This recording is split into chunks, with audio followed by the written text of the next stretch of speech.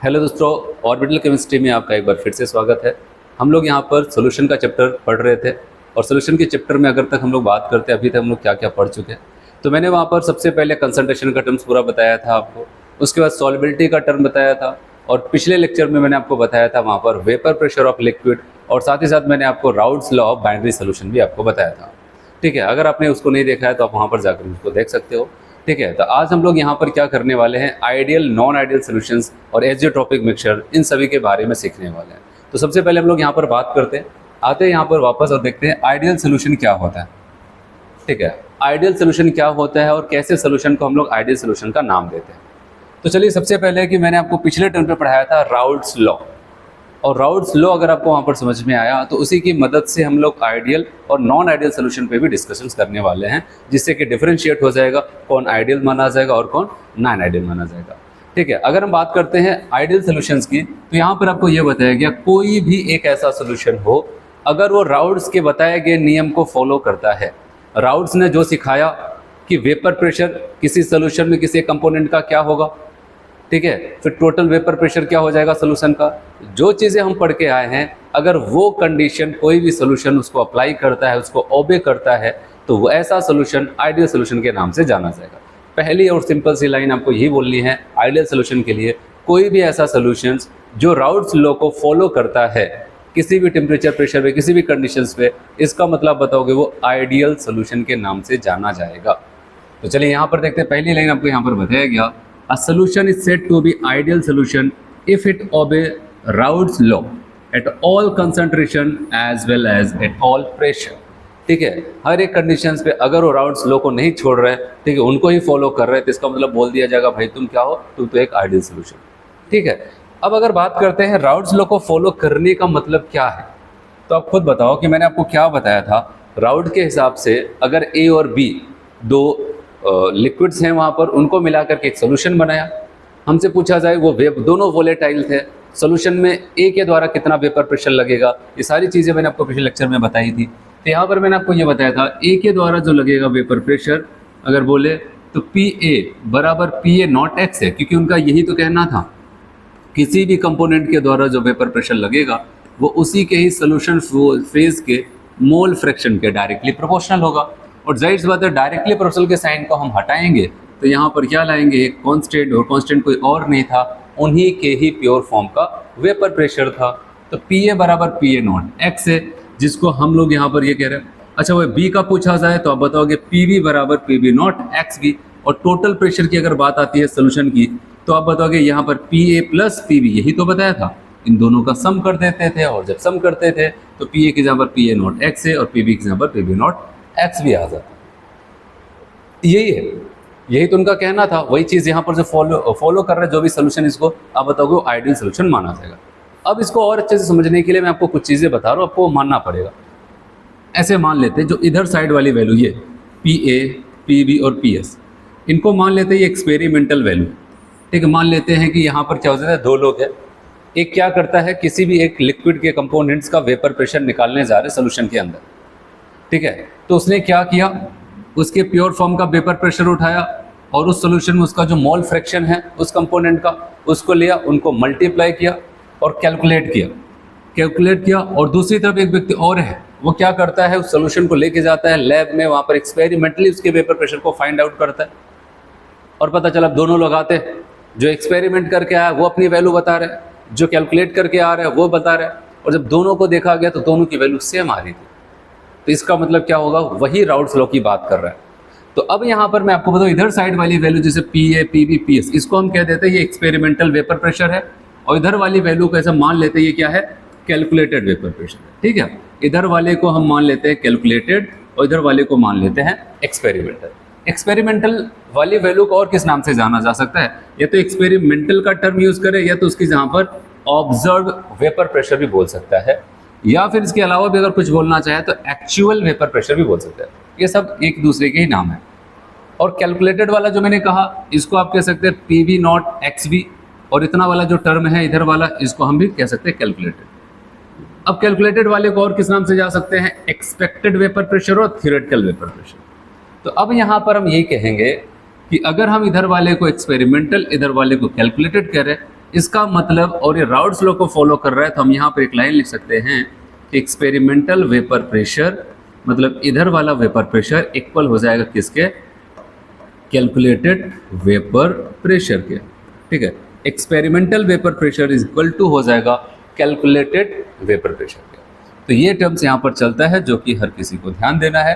तो अगर अब कहीं पर ये लाइन बोली जाए experimental vapour pressure equal to calculated vapour pressure, जो एक्सपेरिमेंट से क्या करने पे वैल्यू आ रही है वही कैलकुलेट करने पर भी वैल्यू आ रही है, इसका मतलब वो सोल्यूशन आइडियल सोल्यूशन है, और इसका मतलब वो सोल्यूशन राउट्स लॉ को फॉलो कर रहा है। और राउट्स ने यही सारे फॉर्मूले तो बताए, यही फॉर्मूला जिसके ऊपर फिट बैठ रहा है वो सब के सब आइडियल हो जाते हैं। और क्या यहाँ पर ध्यान देना हमें, बताया गया solution said to be ideal, और क्या क्या यहाँ पर कंडीशन को बताई जा रही है। एक सोल्यूशन को आइडियल क्या कह सकते हैं, a solution is set to be ideal experimental vapour pressure of solution is equal to calculated vapour pressure of solution. मतलब एक्सपेरिमेंटली जो वेपर प्रेशर निकाला गया सोल्यूशन का और कैलकुलेट करके जो वेपर प्रेशर निकाला गया, दोनों एग्जैक्ट इक्वल आ रहे हैं, तो उसको हम कहते हैं वहाँ पर, आप बताओगे, आइडियल सोल्यूशन। और क्या बोल रहे हैं, इसकी कुछ कंडीशंस। अब जैसे कि मैं आपको यहाँ पर बताऊँ, मान लेते हैं हमारे पास ये एक कंपोनेंट था, यहाँ पर ऐसे ये ए वाले मॉलिक्यूल्स हैं, इसके बगल में हमने ले लिया यहाँ पर, मान लेते हैं यहाँ पर किसी दूसरे रंग से ले लेते हैं यहाँ पर ऐसे,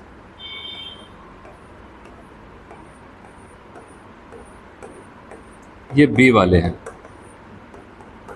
फिर कह रहा है जब इनको हम सॉल्यूशन में मिलाएं,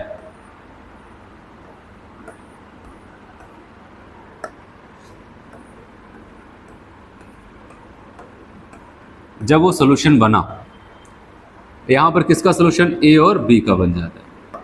कह रहे हैं कि अगर वो आइडियल सॉल्यूशन है, ठीक है, experimental vapour pressure calculated vapour pressure के बराबर हो रहा है, तो इसलिए हो रहा है क्योंकि वहाँ पर क्या हो रहा है, कह रहा है ए का ए के साथ जितना लगाव है, या फिर वी का एक मॉलिक्यूल का किसी वी के दूसरे मॉलिक्यूल के बीच में जितना लगाव है, वही सेम अट्रैक्शन फोर्स आपको ए और बी के बीच में भी देखने को मिलेगा। तो इसका मतलब यहाँ पर मैं ऐसे कह सकते हैं, यहाँ पर ए या फिर बी जो बात कर रहे हैं, इसको हम कह सकते हैं, एक नाम दे सकते हैं लाइक फोर्सेस।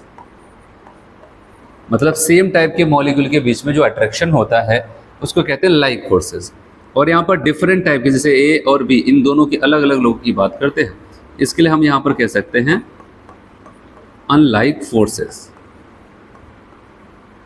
यार जब लाइक फोर्सेस और अनलाइक फोर्सेस क्या हो जाते हैं, सेम होते हैं, मतलब ए का ए के साथ जितना अट्रैक्शन, उतने अट्रैक्शन बी का बी के साथ, उतने अट्रैक्शन ए का बी के साथ, मतलब चाहे एक जैसे लोग हों चाहे अलग अलग लोग हों, लेकिन उनके बीच में क्या हो जाता है, लगाव सेम है। इंटरमॉलिकुलर अट्रैक्शन, एक मॉलिक्यूल और दूसरे मॉलिक्यूल के बीच में जो लगाव है वो सेम टाइप का, ऐसा कह सकते, कोई भेदभाव नहीं करता। कहता है जितना हमारा एक दूसरे के साथ लगाव है सेम लोगों के बीच में, उतना ही एक दूसरे के जो अलग अलग लोग हैं इनके बीच में वही लगाव है। तभी जाकर के क्या होगा, एक्सपेरिमेंटल और कैलकुलेटेड वेपर प्रेशर सेम आएगा, तभी जाकर राउट्स लॉ को फॉलो करेगा। तो एक आइडियल सोल्यूशन की खास बात यहाँ पर आपको ध्यान देना कि लाइक और अनलाइक फोर्सेस क्या हो जाते हैं, सेम हो जाते हैं। आपको बताया गया ideal solution is formed by the mixing two liquid A and B, ठीक है। और इसके साथ ही साथ वहाँ पर आपको ये बताया गया है particle size of A and B are almost same. कह रहे अगर ए और बी के पार्टिकल के साइज लगभग सेम टाइप के होंगे, एक जैसे मिलते जुलते होंगे, तो जाहिर सी बात उनके बीच का लगाव भी एक जैसा देखने को मिलेगा। तो ये भी हमें ध्यान देना वहाँ पर कि इनके आइडियल सोल्यूशन ऐसा क्यों हो रहा है कि सेम लाइक और अनलाइक फोर्सेस सेम है, क्योंकि यही खास बात है, क्योंकि इनके पार्टिकल साइज भी लगभग आसपास होते हैं, उनके नेचर भी आसपास की तरह होती है, जिसकी वजह से उनके बीच का लगाव भी, ठीक है, सेम टाइप का होता है। तो ये आपको यहाँ पर बताया गया। और क्या बताया जा रहा है यहाँ पर देखते हैं आइडियल सोल्यूशन।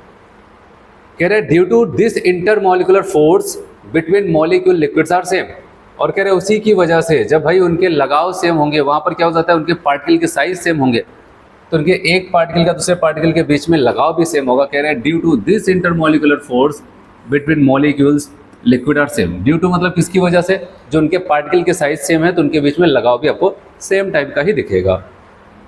और क्या, due to this experimental vapour pressure same as a calculated vapour pressure. तो ऊपर की तीन लाइनों को अगर हम समराइज करें तो वहाँ पर आप बताओगे, पहला ये कह रहा है कि उनके पार्टिकल के साइज भी लगभग सेम टाइप के होते हैं, ठीक है, और पार्टिकल का साइज सेम टाइप का होगा तो उनका एक मॉलिक्यूल का दूसरे मॉलिक्यूल के बीच में लगाव भी सेम टाइप का होगा। और जब लगाव सेम टाइप का है तो उनके एक्सपेरिमेंटल और कैलकुलेटेड वेपर प्रेशर भी सेम आएंगे। आया समझ में? अब आइडियल सोल्यूशन में क्या बातें आपको ज़रूर समझ में आनी चाहिए, क्या कंडीशन होनी चाहिए जो हर किसी को पता होना चाहिए। ठीक है, ध्यान दो। कह रहे कंडीशन फॉर आइडियल सोल्यूशन, बहुत सिंपल सा टॉपिक है ये, और लगभग क्वेश्चन हर एक एग्जाम का ऐसा एग्जाम नहीं बचा होगा जिसपे इस क्वेश्चन नहीं पूछा गया, और ये पूछा भी जाता है इसलिए कि लगभग हर कोई सॉल्व भी कर ले जाता है। ठीक है, बहुत सिंपल सा टॉपिक है यहाँ पर। कंडीशन फॉर आइडियल सोल्यूशन, आपसे कहते हैं यहाँ पर क्या कंडीशन होनी चाहिए एक आइडियल सोल्यूशन के लिए। तो सबसे पहली बात अभी जो पढ़ के आ रही, experimental vapour pressure is equal to calculated vapour pressure. आया समझ में? उसके बाद मैंने अभी आपको बताया यहाँ पर magnitude of like forces equal to unlike forces. A का ए के साथ, बी का बी के साथ जितना लगाओ उतना ही ए और बी के बीच में भी होना चाहिए। मतलब लाइक और अनलाइक फोर्सेस क्या होने चाहिए? सेम। यही सब क्वेश्चन आपसे पूछा जाता है कि आइडियल सोल्यूशन के लिए कौन सी कंडीशन सही है, कौन सी गलत है। तो आप बताओगे वहाँ पर, हो सकता है इस पर दे दिया जाए, आपसे पूछेगा अनलाइक फोर्सेज, लाइक फोर्सेज, कोई एक ज़्यादा होगा कोई एक कम होगा, बताओगे नहीं। लाइक और अनलाइक फोर्सेज क्या होंगे? सेम टाइप के होंगे। चलिए अगली कंडीशन आपको कहता है heat change on mixing should be zero. कह रहे हैं कि जब उनको हम आपस में मिलाते हैं, ये ए वाला सोल्यूशन बी वाला आपस में मिला करके ए बी का सोल्यूशन बना। कह रहे जब इनको हम आपस में मिलाएंगे तो हमें इस बात का ध्यान देना है कि वहाँ पर डेल्टा एच की वैल्यू जीरो है। डेल्टा एच की वैल्यू जीरो का मतलब क्या? ना तो एक्सोथर्मिक हो ना तो एंडोथर्मिक, ना हीट को नेट इवॉल्व करे ना तो एब्जॉर्ब करे। तो ऐसा भी कंडीशन वहाँ पर चाहिए। तो बताया गया heat change on mixing should be zero, zero होना चाहिए। That is delta H mixing equal to zero. That is mixing is neither endothermic not exothermic. जो मिक्सिंग है ना तो एंडोथर्मिक होना चाहिए ना तो एक्सोथर्मिक होना चाहिए। इस बात का आपको ध्यान देना, डेल्टा एच की वैल्यू जीरो होनी चाहिए। यही सब ऑप्शन में डाल करके क्वेश्चंस बनाते हैं। बताया गया in this case solubility do not depends upon temperature. और ऐसी अवस्था में ऐसा नहीं कि टेम्परेचर बढ़ाएंगे तो सॉल्युबिलिटी बढ़ जाएगी, घटाएंगे तो घट जाएंगे, ऐसा कुछ नहीं। तो टेम्परेचर के ऊपर डिपेंड नहीं करता है। और यहाँ पर और क्या आपको बताने जा रहे हैं, कह रहे volume change on mixing should be zero. कह रहे वॉल्यूम जीरो नहीं होगा, वॉल्यूम का चेंज जीरो होगा। क्यों? आप देखो, जैसे अभी मैंने आपको बताया, मान लेते ये ए वाला लिक्विड था, ठीक है, ये ए वाला लिक्विड था, ऐसे ही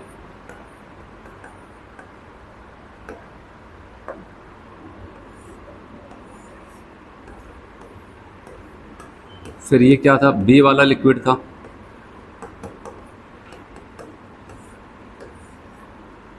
फिर अब यहां पर क्या हो रहा है?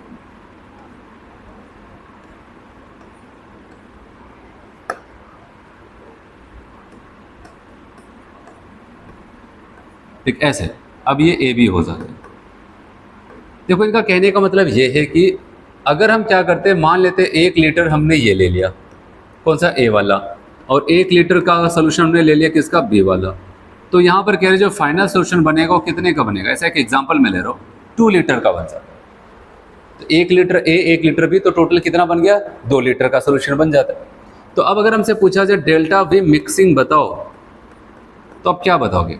डेल्टा वी मिक्सिंग का मतलब क्या हो जाता है? Final volume minus initial. Final कितने थे? 2 माइनस कितना? 1 + 1, तो कितना हो जाएगा? 2। तो आ जाएगा कितना? 0।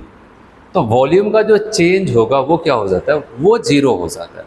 तो कहने का मतलब यहाँ पर अगर हमने जितना वॉल्यूम मिलाया है, फाइनल वॉल्यूम भी उन्हीं का टोटल बनने वाला है। 1-1 लिया तो यहाँ पर 2 लिया तो 4 बन जाएगा। उसमें ऐसा नहीं कि आप बताओगे 1-1 लिया 2 नहीं, 2 से या फिर ज़्यादा या फिर कम, ऐसा कुछ नहीं, एग्जैक्ट 2 होगा। और जब फाइनल माइनस इनिशियल करते हैं तो यहाँ पर वॉल्यूम का चेंज क्या हो जाएगा? 0। आपको तो ऐसा क्यों हो रहा है? ये सारी चीज़ें इसकी वजह से हो रही है क्योंकि यहाँ पर क्या हो जाता है, ए का ए के साथ जो लगाव है और बी का बी के साथ जो लगाव है, ये आपको क्या मिलता है वहाँ पर? ये सेम टाइप का मिलता है। और जब ये सेम टाइप का होगा तो उसमें कोई दिक्कत नहीं होगी। तो इसीलिए क्या हो जाता है, वहाँ पर वॉल्यूम जितना होना चाहिए टोटल उतना ही आता है, ना कम ना ज़्यादा। ठीक है, इसीलिए यहाँ पर आपको बताया कि volume change on mixing should B 0। Volume का जो चेंज होगा वो भी क्या होना चाहिए? 0 होना चाहिए। इस बात का भी आपको ध्यान देना है। बताओ यहाँ तक कोई दिक्कत? डेल्टा एच की वैल्यू क्या होनी चाहिए? 0। डेल्टा बी की वैल्यू क्या होनी चाहिए? 0। उनके बीच का लाइक और अनलाइक फोर्स क्या होना चाहिए? इक्वल होना चाहिए। Experimental qualitative property, calculated qualitative क्या होना चाहिए? इक्वल होना चाहिए। किस कंडीशन को फॉलो करना चाहिए बताया जाए, किस लॉ को फॉलो करना चाहिए इनको? आप बताओगे राउट्स लॉ को फॉलो करना चाहिए। ठीक है, तो ये चीज़ें यहाँ पर चलती है। चलो, और दो बातें यहाँ पर याद रखना जिसके साथ मैक्सिमम केसेस में ऑप्शंस को ये बनाते हैं, और वहाँ पर अगर बात करते हैं ये दो terms, Gibbs energy change as well as entropy change on mixing not be zero. ये दो लोग हमेशा याद रखना, डेल्टा एस नॉट और डेल्टा जी नॉट, ये कभी भी जीरो नहीं होगा। जीरो क्या क्या होगा बताओ एक बार फिर से। अब बताओ क्या, डेल्टा एच मिक्सिंग क्या हो जाएगा, वो जीरो हो जाएगा। डेल्टा वी मिक्सिंग क्या हो जाएगा, वो जीरो हो जाएगा। लेकिन क्या, ये दो लोग कभी भी जीरो नहीं होंगे। इस बात का आपको ध्यान देना है, ये दो टर्म कभी भी जीरो नहीं होगा, ठीक है। और अगला पॉइंट देखते हैं यहाँ पर इसका, no chemical reaction take place between the solute and solute. तो कहा गया कि ऐसा नहीं होना चाहिए कि वहाँ पर सोल्यूट और सॉल्वेंट को मिला आपस में कोई रिएक्शंस करने लगे। वैसे मैंने आपको बताया था सोल्यूशन का मतलब ही होता है दो या दो से अधिक ऐसे कंपोनेंट जो आपस में कोई केमिकल रिएक्शंस नहीं करते लेकिन मिल करके एक होमोजेनस मिक्सचर का फॉर्मेशन करते हैं, ठीक है, उसी को सोल्यूशन कहते हैं। तो वैसे केमिकल रिएक्शंस नहीं होगी, यहाँ पर आपको बताएगा। और कह रहा है कि यहाँ पर ये बात का भी ध्यान रहे जो हमारे सोल्यूट और सॉल्वेंट उनमें डिसोसिएशन और एसोसिएशन ना हो। On mixing neither dissociation non associations of solute take place, ठीक है। तो ये चीज़ें हो जाती है। तो बताओ, अगर ये दो चार बातें आपको याद है तो इसका मतलब आपको आइडियल सोल्यूशन क्लियर है। पहला क्या बताया था, आइडियल सोल्यूशन किसको कहते हैं, जो राउट्स लॉ को फॉलो करे, ठीक है। राउट्स लॉ को फॉलो करने का मतलब एक्सपेरिमेंटल वेपर प्रेशर किसके हो जाएगा, कैलकुलेटेड वेपर प्रेशर के बराबर हो जाएगा। अगला पॉइंट आपको जो बताया, लाइक और अनलाइक फोर्सेस, ए का ए के साथ लगाओ, बी का बी के साथ लगाओ, या फिर ए का बी के साथ लगाओ, क्या होगा, सेम होगा। मतलब कि लाइक और अनलाइक फोर्सेस क्या होने चाहिए, सेम होने चाहिए, ठीक है। इसके बाद मैंने कहा अगर उनको आपस में मिलाया जाए बताओ डेल्टा एच की वैल्यू क्या आ जाएगी, जीरो आएगी, ना तो एक्सो ना तो इंडोथर्मिक। चलो ये भी पॉइंट क्लियर है। अगला पॉइंट बताओ, अगर हम देखते हैं उनका वॉल्यूम डेल्टा वी मिक्सिंग, तो वो भी क्या आ जाएगा, जीरो। मतलब फाइनल माइनस इनिशियल वॉल्यूम करेंगे उसकी वैल्यू भी क्या आ जाएगी, जीरो आ जाती है।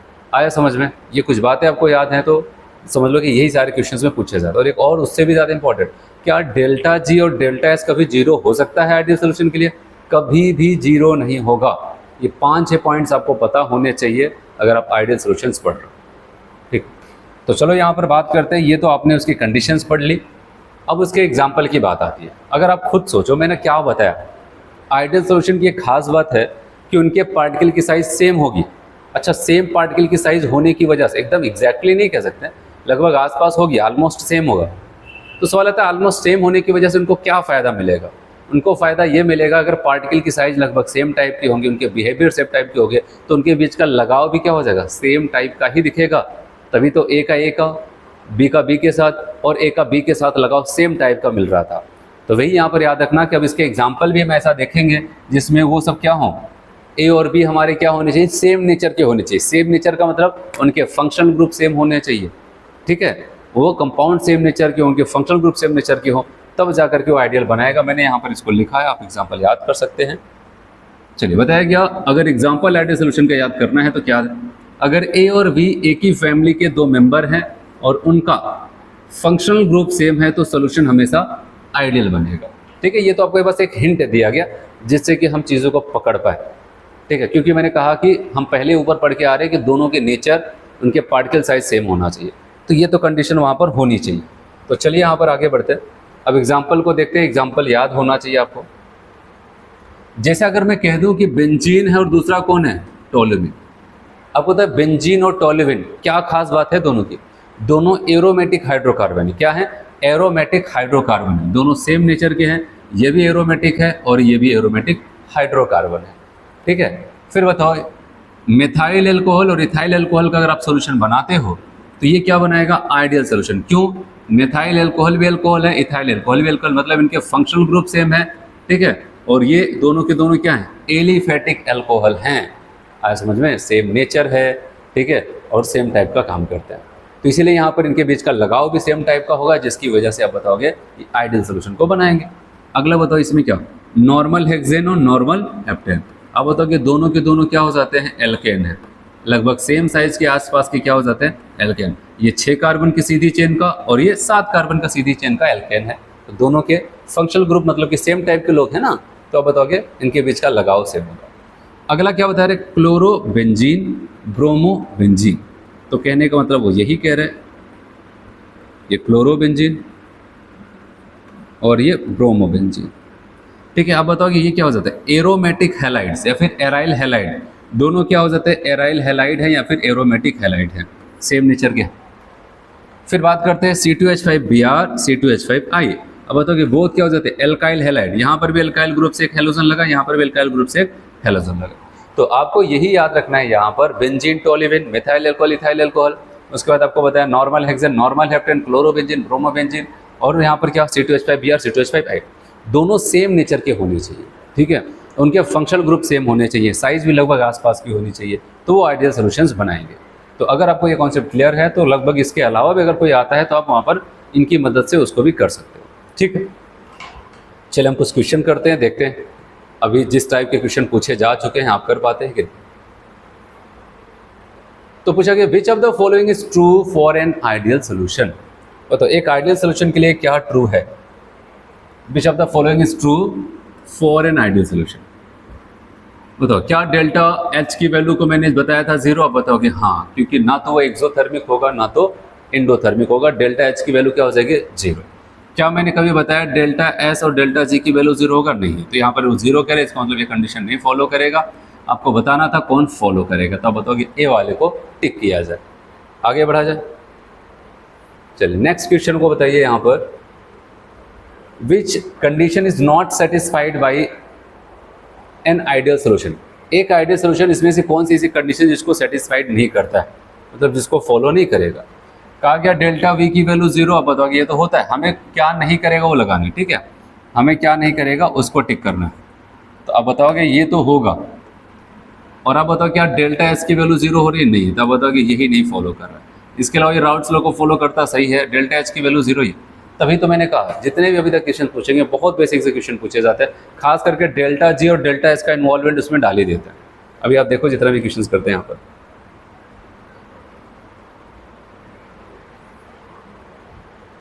चलिए यहाँ पर 17 नंबर का क्वेश्चन देखें अगर हम लोग, a solution containing components A and B follow the routes law. ठीक है, राउट्स लॉ को फॉलो करेगा कब, ए और बी, इनका सॉल्यूशन किस कंडीशन पे राउट्स लॉ को फॉलो करेगा। चलो ऑप्शंस पढ़ो। कह रहे हैं कि जब A B attraction force is greater than A और बी बी, वो तो इसमें भेदभाव कर रहे हैं, कह रहे ए बी का ज़्यादा होगा लगाओ, और ए और बी बी की तुलना में बताओगे नहीं। अगला option, A B attraction force is less than A, कह रहे इस बार ए बी का अट्रैक्शन फोर्स कम होगा उनकी तुलना में, बताओगे नहीं, क्योंकि हम आइडियल की बात करें। कह रहे A B attraction force remain same as A and P B, अब बताओगे यही ऑप्शन करेक्ट है। ठीक है, क्योंकि यहाँ पर लाइक और अनलाइक फोर्सेस क्या हो जाते हैं, सेम होता है, तो ये यहाँ पर करेक्ट है। चलिए आगे बढ़े, अगला क्वेश्चन देखें।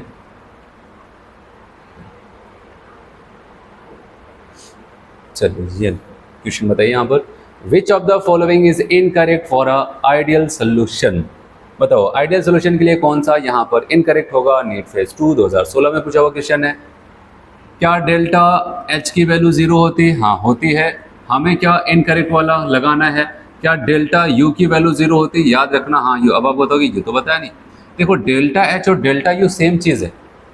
डेल्टा एच एंथैल्पी चेंज होता है कब, अगर कांस्टेंट प्रेशर पे हम हीट का चेंज देखते हैं, उसको डेल्टा एच कहा जाता है।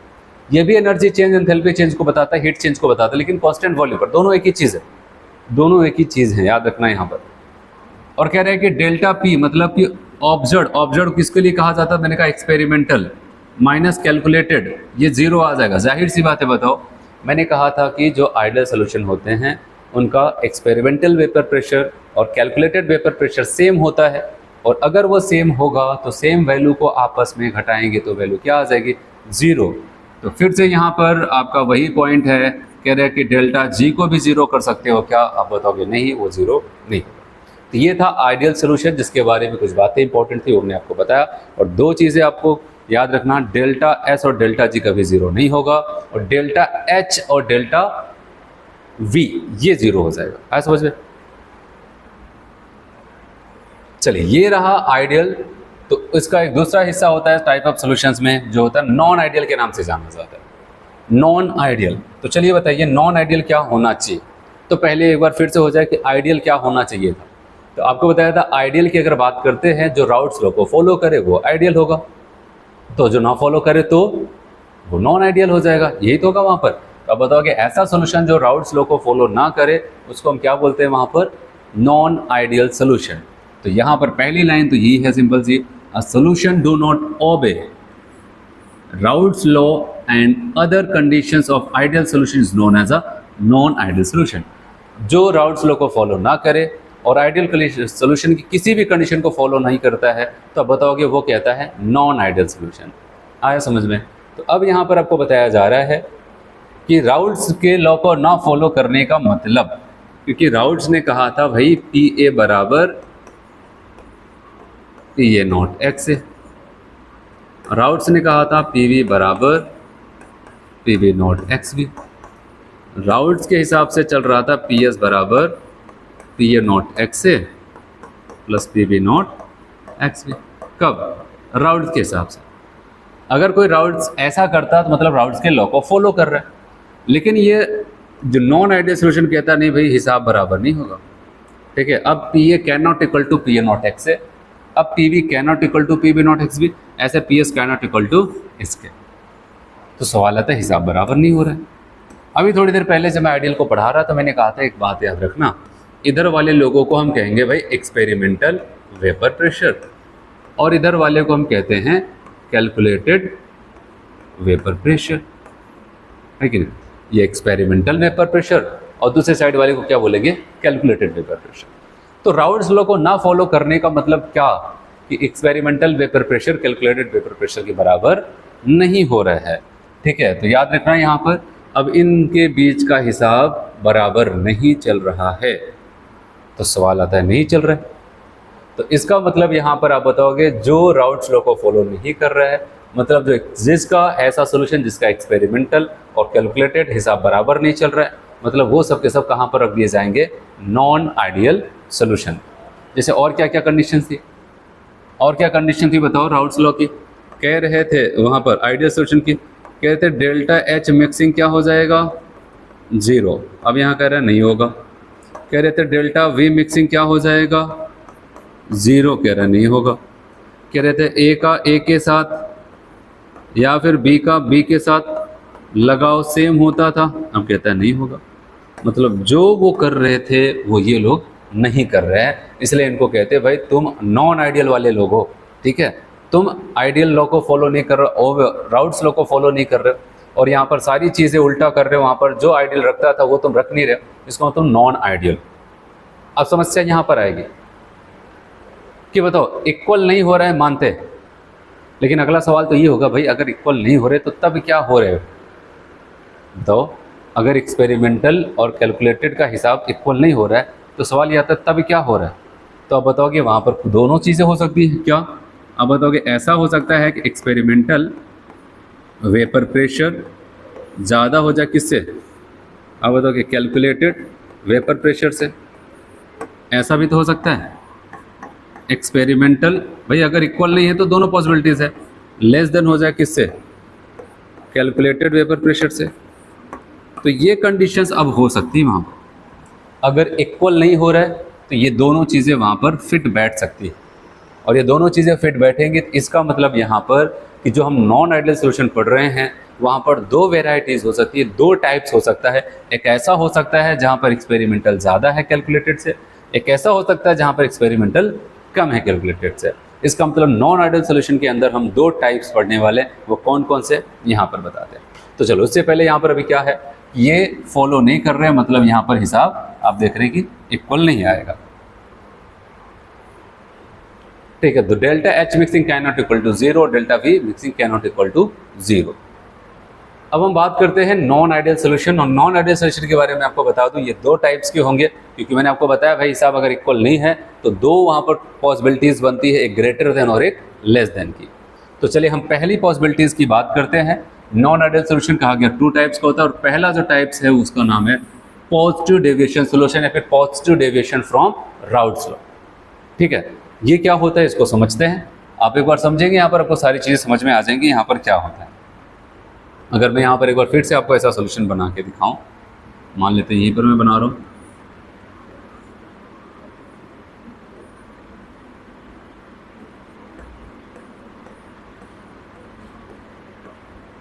मान लेते हैं ये ए का ए के साथ लगाओ, सॉरी, ये ए के साथ यहाँ पर अट्रैक्शन फोर्स की बात कर रहे हैं।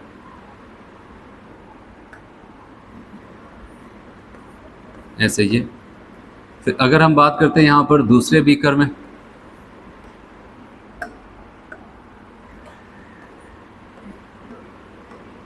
मान लेते हैं ये बी वाले लोग थे, बी का बी के साथ लगाओ। अब इनको जब हम सॉल्यूशन बना रहे हैं, अगर ये बात आपको समझ में आती है, सारी चीज़ें अपने आप बाहर निकल के आएंगी। जब हम सॉल्यूशन बनाते हैं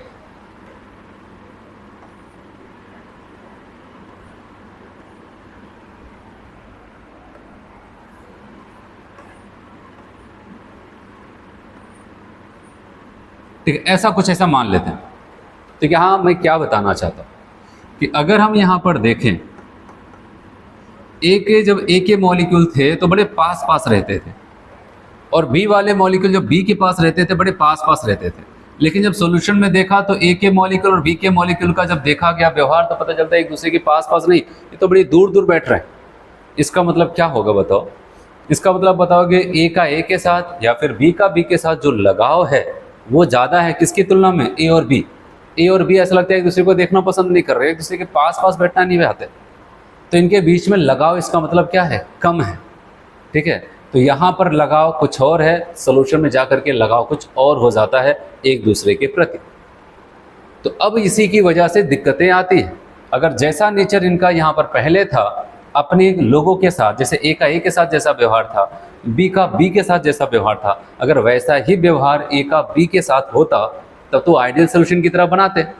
लेकिन अब इनका व्यवहार बदल रहा है। अब यहाँ पर ए और बी दोनों एक दूसरे के साथ रहना पसंद नहीं कर रहे हैं, ऐसा लग रहा है। वो बड़ी दूर दूर बैठे हैं सॉल्यूशन में जाकर के। अगर दूर दूर बैठे हैं तो क्या होगा बताओ? अब यहाँ पर समझना, सारे पॉइंट्स निकल के आएंगे अगर आपने इस सारी चीज़ों को लिंक कर लिया एक दूसरे के साथ। देखना होता क्या है, आप मान लेते हो कैलकुलेटेड वाले हो, ठीक है, आप जो भी चीज़ें अनुमान लगा रहे थे सॉल्यूशन, क्योंकि सॉल्यूशन के अंदर आप जा नहीं सकते, आप ए को जानते हैं और बी का नेचर जानते हैं, और ए और बी का नेचर जान करके आपने देखा, आपने कहा कि जितना यहाँ पर लगाव बी का बी के साथ है, ए का ए के साथ है, आप ये सोच करके बोले होंगे सॉल्यूशन में भी वो भले एक दूसरे के साथ मिलेंगे लेकिन एक दूसरे के साथ मिलजुल के रहेंगे अच्छे से। तो आपने इनकी ये अवस्था को देख करके सॉल्यूशन में अनुमान लगा दिया, ठीक है, वहाँ पर कैलकुलेट कर दिया कि जैसे यहाँ पर वैसे यहाँ पर भी होंगे। तो यहाँ पर जो आप बता रहे हो, ठीक है, जो यहाँ पर पहली कंडीशन को देख करके मतलब वो कैलकुलेटेड वाली चीज़ें और एक्सपेरिमेंटल वाली जो रियल की चीज़ें होंगी।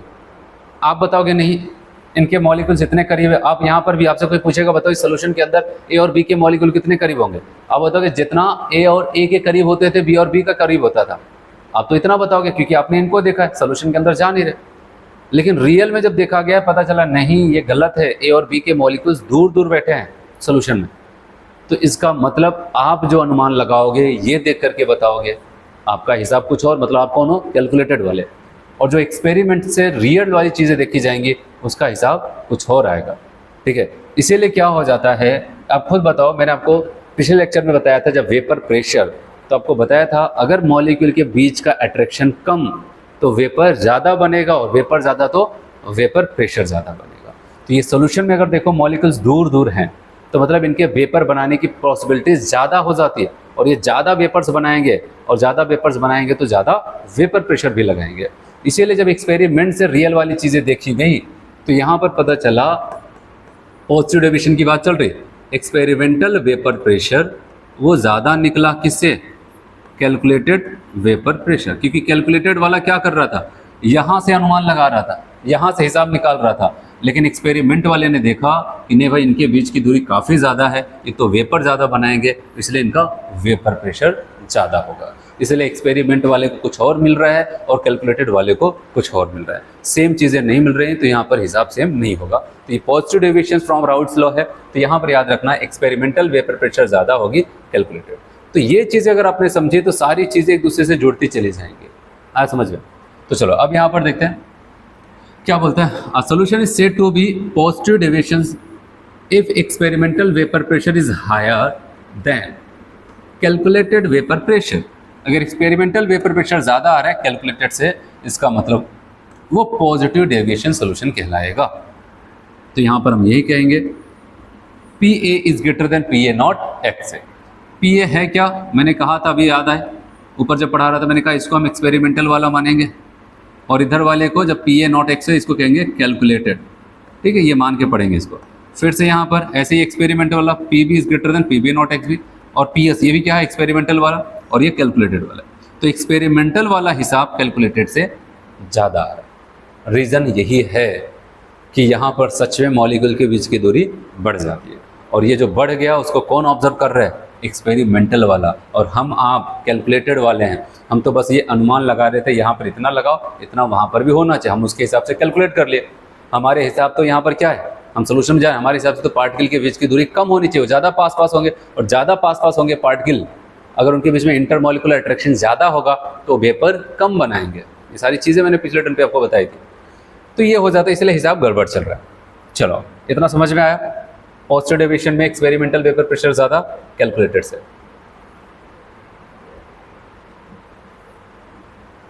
Current positive deviation solution magnitude of unlike forces is weaker, मतलब ए और बी के बीच का जो लगाव है, इनकी बात कर रहे हैं, ये वीक होते हैं then due to weaker than like forces. Like का मतलब क्या हो, ये ए का ए के साथ, बी का बी के साथ, यही तो आपको बताया टर्म यहाँ पर यूज होगा, इसके लिए मैंने कहा ये लाइक होगा,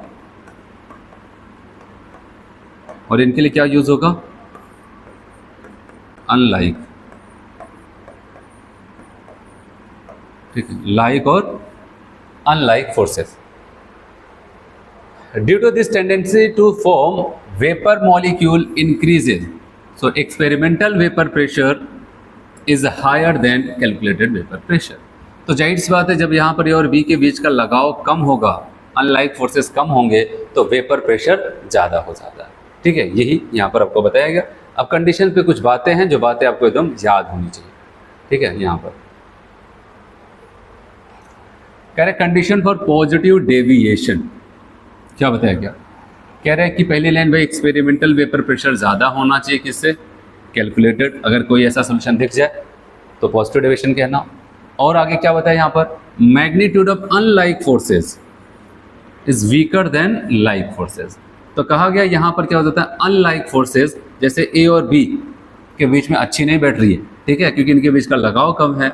अब बताओ किसकी तुलना में, ए का ए के साथ या फिर बी का बी के साथ जब था, तो अनलाइक फोर्सेस क्या हो जाते हैं, कम, और लाइक फोर्सेस ज़्यादा। फिर आपको यहाँ पर ध्यान देना है ये points, heat change of mixing should be greater than 0। ठीक है, हीट चेंज ऑफ मिक्सिंग का होता है जब आपस में मिलाएंगे, वो ग्रेटर देन 0। ग्रेटर देन 0 का मतलब कोई बताए, इसका मतलब क्या, पॉजिटिव वैल्यू। पॉजिटिव का मतलब इंडोथर्मिक प्रोसेस होता है, हमें हीट बाहर से देनी पड़ रही होगी। और यहाँ पर आते हैं वॉल्यूम का चेंज कह रहे हैं, ये भी ग्रेटर देन 0। कैसे, देखो फोर्थ नंबर का पॉइंट कैसे एक्सप्लेन करें इसको, आप देखो यहाँ पर कह रहे, मान लेते ये ए वाले पार्टिकल्स हैं, ए वाले पार्टिकल है, यहाँ पर बी वाले पार्टिकल, ऐसे ले लेते हैं समझाने के लिए आपको, और इनको मिलाया गया, अब सॉल्यूशन बना। ठीक है, ऐसे सॉल्यूशन बना वहाँ पर जो भी। ठीक है जी, अब मुझे यहाँ पर इंटरेक्शन नहीं दिखाना है, बस आपको यहाँ पर एक बात बतानी। मान लेते हैं 2 लीटर हमने ए का सॉल्यूशन लिया था, ध्यान समझना, और 2 लीटर क्या लिया, बी का सॉल्यूशन लिया, बी का मतलब लिक्विड लिया, और इन दोनों को मिला करके एक सॉल्यूशन बनाया। और आपको क्या लगता है, यहाँ पर ध्यान देना, हमें लग रहा था ये 4 लीटर का बने, लेकिन ग्रेटर देन 4 लीटर से एक एग्जाम्पल मैं ले रहा हूँ, तो एक एग्जाम्पल ले लेता हूँ। मान लेते हो 5 लीटर का बन जाता है। क्यों, 2 4 होता है, लेकिन 5 हो गया, कैसे? अब ऐसा बताओगे यहाँ पर, क्योंकि उनके मॉलिक्यूल्स पहले यहाँ पर बहुत कंडेंस फॉर्म थे, बहुत पास पास थे, यहाँ पर पास पास थे, लेकिन अब सोल्यूशन क्या हो जाता है, दूर दूर होते। जब दूर दूर होंगे, ज़्यादा दूर दूर फैलेंगे और ज़्यादा वॉल्यूम कवर करेंगे, और ज़्यादा वॉल्यूम कवर करेंगे तो जितना हम लेकर चल रहे हैं उससे ज़्यादा वॉल्यूम हमें मिलेगा। और आप खुद बताओ, अगर मैं यहीं पर जो मैंने आपको समझाने के लिए एग्जाम्पल लिया है, और इस एग्जाम्पल में अगर मैं 5 माइनस इनिशियल वॉल्यूम 2 और 2 कितना हो जाएगा, 4 करते हैं, तो मतलब क्या आ जाएगा, 1। और 1 का मतलब क्या हो जाता है बताओ, delta V mixing is greater then 0। क्या हो जाएगा, 0 से ज़्यादा हो जाता है। तो volume change on mixing should be greater than zero, that is delta V mixing क्या हो जाएगा, ग्रेटर देन जीरो हो जाता है।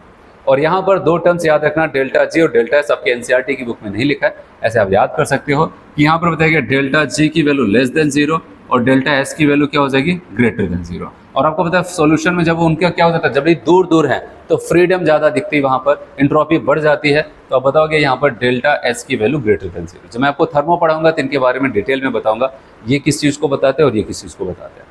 अभी के लिए याद रखना कि डेल्टा जी की वैल्यू लेस देन जीरो होगी और डेल्टा एस की value greater than zero positive deviation solution के लिए। तो बताओ क्या क्या चीज़ आपने यहाँ पर सीखा, पहले ये बताओ। आप बताओ कि क्या ये राउट्स लोगों को फॉलो करेगा, नहीं। पॉजिटिव डेविएशन सॉल्यूशन में बताओ कौन ज़्यादा होता था, किसका पेपर प्रेशर, एक्सपेरिमेंटल वाला ज़्यादा होता था, किससे, कैलकुलेटेड से, ठीक है। और क्या बताया आपको, बताओ यहाँ पर लाइक और अनलाइक फोर्सेस की बात है, तो आप बताओ कि लाइक फोर्सेस सेम लोगों के बीच में लगाओ ज़्यादा और डिफरेंट लोगों के बीच में लगाओ कम हो जाता था, ठीक है। फिर इसके बाद मैंने आपको बताया यहाँ पर लाइक अनलाइक तो हो गया, अगर इन दोनों को मिलाया जाए डेल्टा एच मिक्सिंग की वैल्यू क्या हो जाएगी, greater than zero. Volume mixing का क्या चेंज आएगा वहाँ पर, ग्रेटर देन जीरो हो जाता था, ठीक है। और वहाँ पर आपको बताया था डेल्टा जी और डेल्टा एस के बारे में, delta G less than zero होगा, नेगेटिव होगा, जिसको स्पॉन्टेनियस के लिए बोला जाता है, और डेल्टा एस की वैल्यू ग्रेटर देन जीरो हो जाता है। ये कुछ बातें हैं जो आपको ध्यान देने हैं, आया समझ में, मिटा इसको। ये पॉजिटिव डेविएशन सॉल्यूशन था। अब इसके एग्जाम्पल की बात करते हैं। एग्जाम्पल याद रखना, एग्जाम्पल में देखो पहली बात तो पॉजिटिव डेविएशन है, मतलब कि नॉन आइडियल सॉल्यूशन के एग्जाम्पल की बात कर रहा हूँ। आइडियल सॉल्यूशन मैंने आपको बताया था ए और बी, मतलब दोनों कंपोनेंट वो क्या होने चाहिए, एक ही फैमिली के मेंबर हो, मतलब सेम फंक्शनल ग्रुप रखते हो, और तब मिलाते थे तो आइडियल बनता था। और यहाँ पर क्या बोलेंगे, पहली लाइन तो यही बोलेंगे ना, सेम फैमिली के मेंबर नहीं होने चाहिए। सेम फैमिली के मेंबर तो उठाकर कहाँ पर रख देंगे, आइडियल में। तो आप बताओगे ए और बी सेम फैमिली के मेंबर नहीं होने चाहिए, पहली बात। तो एग्जांपल ऑफ पॉजिटिव डेविएशन यहाँ पर बताएगी, अगर ए और बी एक ही फैमिली के दो मेंबर नहीं है, और साथ ही साथ कुछ खास बात और ढूंढ सकते हैं आप। ये मैं आपको एक तरीका बता रहा हूँ जिससे आप याद कर सके, ऐसा कहीं लिखा नहीं। अब बताओगे हम एक तो दोनों एक ही फैमिली के मेंबर नहीं है, और साथ साथ या तो ए में या तो बी में या फिर दोनों में अगर आपको हाइड्रोजन बॉन्डिंग देखने को मिल जाता है तो मिल आइडियल सॉल्यूशन का फॉर्मेशन, आप बताओ कि वहाँ पर पॉजिटिव डेविएशन सॉल्यूशन का फॉर्मेशन करते हैं। या तो ए में मिल जाए हाइड्रोजन बॉन्डिंग देखने को, या तो बी में मिल जाए, या फिर दोनों में मिल जाता है, तो वो क्या बनाता है वहाँ पर, ज़्यादातर केसेस में मैं बता रहा हूँ, ठीक है, क्या बना देते हैं वहाँ पर, पॉजिटिव डेविएशन सॉल्यूशन। लेकिन आपको एग्जाम्पल याद रखना पड़ेगा, बस आपको मैं एक हिंट दे रहा था जिससे आप पकड़ सको एग्जाम्पल को, ठीक है। और या तो ए में या तो बी में या दोनों में हाइड्रोजन बॉन्डिंग प्रेजेंट है, तो डेविएशन कैसा होगा, पॉजिटिव डेविएशन माना जाएगा। जैसे यहाँ पर बात करते हैं CH3OH और वाटर, अल्कोहल को वाटर के साथ लिया, मिथाइल अल्कोहल को वाटर के साथ, यहाँ पर भी हाइड्रोजन बॉन्डिंग, यहाँ पर भी, ये दोनों मिल करके पॉजिटिव डेविएशन सोल्यूशन बनाते हैं। फिर बात करते हैं यहाँ पर इथाइल अल्कोहल, यहाँ पर वाटर। इथाइल अल्कोहल को जब वाटर के साथ लेते हैं तो ये भी क्या करते हैं, पॉजिटिव डेविएशन सोल्यूशन बनाते हैं। कहता है इथाइल अल्कोहल को अगर हम साइक्लोहेक्सेन के साथ लेते हैं, साइक्लोहेक्सेन में हाइड्रोजन बॉन्डिंग नहीं है, लेकिन इसमें तो किसी एक में मिल जाए, उठा के यहाँ पर रख देता हूँ। फिर आगे और क्या बताता है आपको, चलो यहाँ पर इथाइल अल्कोहल प्लस अगर हम लोग यहाँ पर एसीटोन ले लेते हैं, ठीक है, आप बताओ इसमें हाइड्रोजन बॉन्डिंग नहीं, जबकि यहाँ पर ये मिल करके भी क्या करेगा, पॉजिटिव डेविएशन सॉल्यूशन बनाएगा। और ये भी आपको इंपॉर्टेंट है, याद रखना, यहाँ पर हाइड्रोजन बॉन्डिंग किसी में नहीं, लेकिन तब भी याद रखना, CH2 कार्बन डाइसल्फाइड और एसीटोन मिल करके क्या बनाते हैं, पॉजिटिव डेविएशन सॉल्यूशन का फॉर्मेशन करते हैं। इस बात का भी आपको ध्यान देना है, आया समझ में। चलिए इसको मिटाते हैं।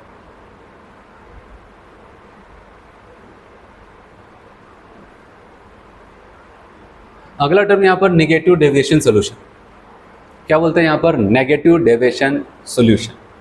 इसमें क्या ध्यान देना है, देखो यहाँ पर अगर पार्टिकल के बीच का लाइक और अनलाइक फोर्स अगर आपको समझ में आ गया तो सारी चीज़ें समझ में आने लगती। तो चलो पहला मेरा काम वही होगा कि मैं आपको वो समझाऊं। यहाँ पर देखो,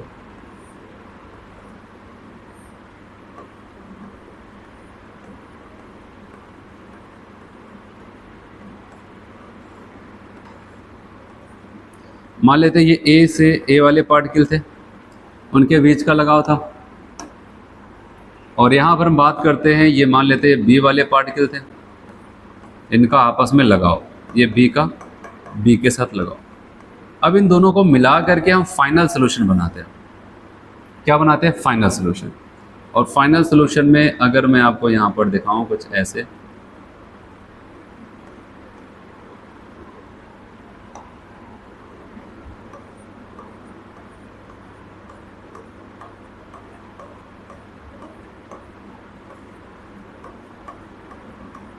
आप ऐसा देखो। यहाँ पर मेरा दिखाने का मतलब ये है कि अगर आप यहाँ पर समझ पाएं कि जब ए का ए के साथ लगाव था तो हमने देखा ठीक है, बी का बी के साथ लगाव, देखिए जब हमने ए और बी को आपस में मिला दिया, इनके बीच का लगाव बढ़ गया। पहले ए के मॉलिक्यूल मानते थोड़ा दूर दूर था, बी के मॉलिक्यूल दूर दूर थे, लेकिन जब इनको सोल्यूशन में मिलाया गया तो ए और बी के में काफ़ी अट्रैक्शन हो जाता है, एक दूसरे के बहुत ज़्यादा क्लोज आ जाते हैं। जब बहुत ज़्यादा क्लोज आ जाते हैं तो आप देख रहे हैं इनके बीच का इंटरमॉलिक्यूलर फोर्स ऑफ अट्रैक्शन बढ़ गया। अच्छा, आपसे पूछा जाए आप क्या बताओगे यहाँ पर, क्योंकि आप सोल्यूशन के अंदर जा नहीं रहे, आपने ए का व्यवहार देखा, मतलब आपका मतलब कैलकुलेटेड वाले ए का व्यवहार देखा, बी का व्यवहार, अब इनके बीच में तब भी थोड़ी बहुत अच्छी खासी इंटरमॉलिक्यूलर डिस्टेंस है, तो ऐसा आप सोच रहे थे सोल्यूशन में भी होगा, और इसी के हिसाब से आप अनुमान सोल्यूशन का भी लगाते। अब सोल्यूशन में लेकिन क्या हो जाता है, चूंकि उनके मॉलिक्यूल के बीच में लगाव बढ़ गया, एक दूसरे को टाइटली होल्ड करने लगे, और आपको पता है अगर उनके बीच का physical force, intermolecular force of attraction बढ़ गया, अब उनसे कह दो तुम्हें वेपर बनना है तो जल्दी वेपर नहीं बनाएंगे, और जल्दी वेपर नहीं बनेगा तो जल्दी वेपर प्रेशर भी आपको ज़्यादा देखने को नहीं मिलेगा। तो इसका मतलब ये इतने करीब आ गए, वो कौन बता रहा है? वो एक्सपेरिमेंट वाला बताएगा, हम तो बस यही वाला हिसाब लगाएंगे, इतने दूर दूर थे तो यहाँ पर इतने दूर ही होंगे, तो इसीलिए जब हम ये वाला अगर हिसाब लगाएंगे, इसके हिसाब से सोचेंगे, तब तो हमें वेपर प्रेशर ज़्यादा दिखेगा, मतलब हम कैलकुलेटेड वाले। और जो सोल्यूशन में रियल में घटना घटी, पार्टिकल एक दूसरे के एकदम चिपक के एकदम पास पास बैठ गए, तो अब क्या हो जाएगा? अब तो वेपर प्रेशर कम हो जाएगा। तो कहने का मतलब यहाँ पर ये चीज़ें देखने को मिली कि भाई ए का ए के साथ लगाओ या फिर बी का बी के साथ जो लगाव है, ठीक है, उससे भी ज़्यादा लगाव अब ए का बी के साथ हो जाता है। मतलब ये क्या, लगाव ज़्यादा, फोर्स ऑफ अट्रैक्शन ज़्यादा, तो पार्टिकल बहुत करीब आएंगे तो वेपर प्रेशर क्या हो जाएगा? कम हो जाता है। इसीलिए अब हम आप जो बताएंगे, मतलब कैलकुलेटेड वाले, इनके हिसाब से हमारा वेपर प्रेशर ज़्यादा निकल के आएगा, और जो रियल वाला, जो एक्सपेरिमेंटल वाला है, उसका वेपर प्रेशर कम निकल के आएगा। तो इसका मतलब नेगेटिव डेविएशन सोल्यूशन की एक खास बात यहाँ पर समझना। अब बताओगे एक्सपेरिमेंटल वेपर प्रेशर और कैलकुलेटेड वेपर प्रेशर की अगर हम बात करें, तो आप बताओगे एक्सपेरिमेंटल वेपर प्रेशर कम और कैलकुलेटेड वाला ज़्यादा है। एक्सपेरिमेंटल एग्जैक्ट चीज़ें बताता है, और कैलकुलेटेड वाले बस अनुमान लगा करके इतना इतना था, इतनी ही होना चाहिए, ठीक है, ये हो जाता है। इसीलिए याद रखना यहाँ पर, अब बताओगे a solution is said to be negative deviation solution if experimental vapour pressure इस बार क्या हो रहा है? कम, less than calculated vapour pressure. और पॉजिटिव डेविएशन में क्या था? इसका उल्टा, एक्सपेरिमेंट वाला ज़्यादा और कैलकुलेटेड वाला कम। क्यों? क्योंकि सोल्यूशन उनके बीच की दूरी बढ़ गई थी, दूर दूर हो गए थे, ज़्यादा वेपर बना रहे थे, करीब करीब आएंगे तो कम वेपर बनाएंगे, तो ये हो जाता है। और मैंने कहा था इधर वाले को हम क्या बोलेंगे, बताओ क्या बोलेंगे? ये एक्सपेरिमेंटल, और इधर वाले को कैलकुलेटेड। तो इसीलिए अब कैलकुलेटेड वाला हिसाब ज़्यादा आ रहा है, किससे? एक्सपेरिमेंटल से, ठीक है। यहीं पर अगर एक चीज़ और ऑब्जर्व कर ले, ठीक है, अभी आगे आपको मिलेगा, यहीं पर बनाया है सब कुछ, तो मैं आपको दिखा देता हूँ। मान लेते हैं ये 2 लीटर का सोल्यूशन था, ध्यान से समझना, ये 2 लीटर का सोल्यूशन था।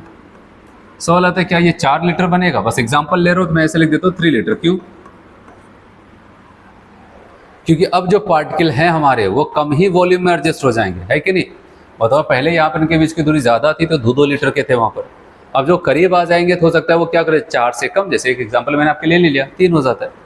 तो अब अगर बताओ यहाँ पर डेल्टा वी का मतलब भाई क्या हो जाता है? Final minus initial. तो फाइनल कितना है? 3, इनिशियल में कितना था? 2 2 4, तो कितना आ जाएगा? -1। और -1 से मतलब क्या है बताओ? डेल्टा वी की वैल्यू क्या आ जाएगी? लेस देन 0, ऐसा कुछ हो जाता है। तो ये आगे आपको मिलेगा, लेकिन यहाँ पर अभी के लिए कैलकुलेटेड ज़्यादा तो एक्सपेरिमेंटल कम। और क्यों हो रहा है? अगर आपको यहाँ पर लाइक और अनलाइक का कॉन्सेप्ट समझ में आ गया तो सारी चीज़ें समझ में आएंगी। चलिए, तो यहाँ पर आपको ये बताया गया, और यहाँ पर वॉल्यूम का चेंज का भी मैंने एग्जांपल बताया। भाई जब वो ज़्यादा करीब आ जाएंगे तो कम वॉल्यूम में सबके सब एडजस्ट हो जाएंगे। सारे पॉइंट्स अब मैं पढ़ता हूँ यहाँ पर। In this type of solution magnitude of unlike force is stronger. Unlike का मतलब ए बी की बात कर रहे हैं ना, अलग अलग वाले, unlike force is stronger than like forces, due to this tendency, और इसी की वजह से टू फॉर्म वेपर डिक्रीज, और सोल्यूशन में वेपर घटने लगा, और हम कहते हैं experimental vapour pressure will be less than calculated vapour pressure. Condition, कुछ बातें जो खास खास आपको याद रखनी है वो ये कह रहा है, experimental vapour pressure is less than calculated vapour pressure. Experimental vapour pressure क्या हो जाता है, कैलकुलेटेड वेपर प्रेशर से कम आता है। फिर आपको कहता है magnitude of unlike force is stronger than like forces, A और बी के बीच का लगाव बढ़ गया एक दूसरे को देख करके, और एक जैसे लोगों के बीच में लगाव कम, ठीक है। तो heat change on mixing less than zero, तो जीरो से कम मतलब क्या हो जाएगा बताओ, एक्सोथर्मिक, मतलब ये एक दूसरे के करीब आते जाएंगे और हीट को बाहर निकालते जाते हैं, ये एक एक्सोथर्मिक प्रोसेस होगा। और याद रखना है यहाँ पर डेल्टा वी मिक्सिंग की वैल्यू लेस देन जीरो, और डेल्टा एच मिक्सिंग की वैल्यू लेस देन जीरो, और डेल्टा जी वैसे बहुत इंपॉर्टेंट नहीं, आप याद रख सकते हैं यहाँ पर ये ग्रेटर देन जीरो, और यहाँ पर डेल्टा एच की वैल्यू लेस देन जीरो, क्योंकि पार्टिकल बहुत ज़्यादा करीब आ जाएंगे तो उनकी एंट्रोपी घट जाती है। अब सवाल आता है इनके एग्जाम्पल की, ठीक है। तो क्या क्या एक बार फिर से बताओ, फिर एग्जाम्पल पे आता है। नेगेटिव डेविएशन सोल्यूशन में आप बताओ कि एक्सपेरिमेंटल वेपर प्रेशर कम था, कैलकुलेटेड ज़्यादा था, क्यों? क्योंकि अनलाइक फोर्सेस बढ़ गए थे इस बार और लाइक फोर्सेस कम थे, जिसकी वजह से मैंने आपको बताया वहाँ पर चीज़ें ध्यान देना। डेल्टा वी मिक्सिंग की वैल्यू भी क्या हो जाएगी, लेस देन जीरो, नेगेटिव आएगी। जब मैं चेंज की बात करूँ, ऐसा नहीं कि वॉल्यूम नेगेटिव हो गया, वॉल्यूम का चेंज, ठीक है। डेल्टा वी मिक्सिंग तो आपको बताओ कि लेस देन जीरो, और डेल्टा एच मिक्सिंग भी क्या हो जाएगा, लेस देन जीरो हो जाता है, ठीक है। कुछ बातें थे जो आपको ध्यान देना था। अब हम इसके एग्जाम्पल पे आते हैं, इसका एग्जाम्पल है इंपॉर्टेंट काफ़ी। यहाँ पर आपको कह रहे हैं अगर ए और बी को मिलाने पर हाइड्रोजन बॉन्डिंग का फॉर्मेशन होने लगता है तो डेविएशन नेगेटिव माना जाता है, और ये एग्जाम्पल याद रखना, ठीक है। और यहाँ पर काफ़ी इंपॉर्टेंट है एसीटोन और क्लोरोफॉर्म। एसीटोन जब क्लोरोफॉर्म को मिलाते हैं, ऐसे ही सेम स्ट्रक्चर आप देखेंगे, अगर एनसीईआरटी की बुक खोलेंगे आप वहाँ पर देखेंगे तो मिलेगा, ये एसीटोन था और यहाँ पर क्लोरोफॉर्म था, चलो ठीक है। और जब इन दोनों को मिलाया गया, आप देख रहे हैं एक और अट्रैक्शन फोर्स इनके बीच में बन गया, जाहिर से हाइड्रोजन बॉन्ड इनके बीच में बना तो इनको क्या करता है, और ज़्यादा करीब लाएगा ना, इसलिए इनके बीच का अट्रैक्शन बढ़ जाता है। तो याद रखना एसीटोन और क्लोरोफॉर्म को कहाँ पर रखना है, ठीक है, नेगेटिव डेविएशन सोल्यूशन में। दूसरा ऐसे सेम एसीटोन और एनिलीन, एनिलीन ये हो जाता है NH2, ठीक है। यहाँ पर एसीटोन का जैसे ऑक्सीजन, एनिलीन कैसे हाइड्रोजन, जैसे यहाँ पर क्लोरोफॉर्म का क्या था, हाइड्रोजन और इसका ऑक्सीजन, ऐसे फिर से एसीटोन का ऑक्सीजन और एनिलीन का हाइड्रोजन के बीच में हाइड्रोजन बॉन्डिंग होगा, सेम इसी टाइप का। ऐसे फिर से एसीटोन और एल्काइल अमीन, फिर से यहाँ पर अमीन ग्रुप का हाइड्रोजन और एसीटोन का ऑक्सीजन के बीच में हाइड्रोजन बॉन्डिंग होगा। और यहाँ पर काफ़ी इंपॉर्टेंट ये वाला आप याद रखना, फिनॉल और एनिलीन को आपस में मिलाएंगे, फिनॉल और एनिलीन को मिलाएंगे तब भी यहाँ पर एक और अच्छा खासा हाइड्रोजन बॉन्डिंग बनता है, मतलब नेगेटिव डेविएशन का एग्जाम्पल होगा। एक और टाइप का एग्जाम्पल जो कि नेगेटिव में आता है, ये भी हमेशा याद रखना, अगर किसी एसिड को वाटर में साथ मिलाया जाए, एसिड को वाटर के साथ मिलाया जाए तो याद रखना वो भी क्या करेगा, नेगेटिव डेविएशन का ही एग्जाम्पल बना करके देगा, ठीक है। इसके पूछे जाने की और ज़्यादा पॉसिबिलिटीज़ रहती है। A mixture of acid and water also an example of negative deviations.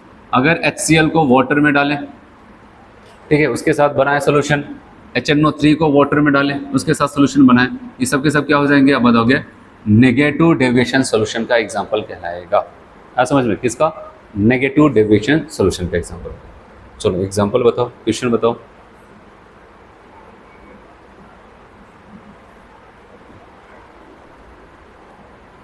In a mixture of A and B, compounds or negative deviations when, वो नेगेटिव डेविएशंस कब देगा, चलो बताओ।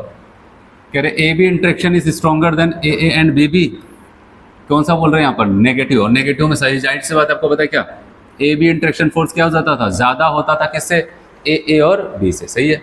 दूसरे में कह रहे हैं ये वीकर गलत है, डेल्टा V लेस देन, ये गलत है, गलत है, ठीक है। बताओगे कौन सा यहाँ पर सही हो जाता है, अब बताओगे फर्स्ट वाला 19 का सही हो जाता है, ठीक है।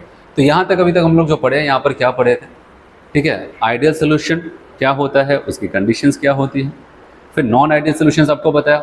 और नॉन आइडियल सोल्यूशन में भी जब हम एंट्री करते हैं पता चलता है दो टाइप्स के आते हैं, एक positive deviation from Raoult's law, एक negative deviation from Raoult's law.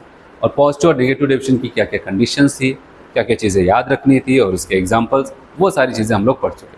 अब देखते हैं आगे, और इन सब पे क्वेश्चन पूछता रहता है, ठीक है। अगर हम ग्राफिकल एनालिसिस की बात करते हैं, ठीक है, पॉजिटिव और नेगेटिव सॉल्यूशन के ग्राफिकल एनालिसिस की बात करते हैं, तो कैसे बनेगा यहाँ पर ग्राफ, वो मैं आपको बताता हूँ। हेडिंग यहाँ पर graphical representation of ideal and non ideal solution.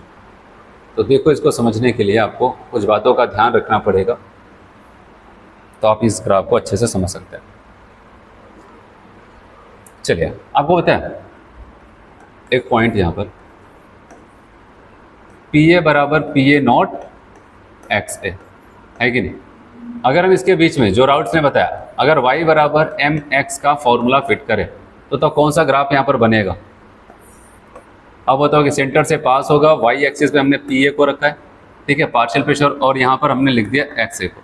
अब सेंटर से पास होगा, है कि नहीं, और स्लोप की बात आएगी तो स्लोप क्या हो जाएगा, बताओगे PA नॉट। इसका मतलब बताओ, इसका मतलब ये होता है जैसे जैसे आपका मोल फ्रैक्शन बढ़ता जाएगा, ठीक है, वेपर प्रेशर भी बढ़ता चला जाएगा। वही तो था इनका, क्या कहना था, कह रहे थे कि किसी भी कंपोनेंट का जो वेपर प्रेशर होगा वो उसी के ही सोल्यूशन फॉर्म के मोल फ्रैक्शन के डायरेक्टली प्रोपोर्शनल। इसका मतलब ये होता है जैसे जैसे सोल्यूशन उसका मोल फ्रैक्शन बढ़ेगा उसका वेपर प्रेशर भी बढ़ता चला जाएगा। तभी तो ऐसा ग्राफ आ रहा है, आप मोल फ्रैक्शन बढ़ाते जा रहे, देख रहे हैं, ये ग्राफ बढ़ता जा रहा है, मतलब उसका वेपर प्रेशर बढ़ता चला जा रहा है। ऐसे अगर दूसरा पॉइंट अगर हम देखें,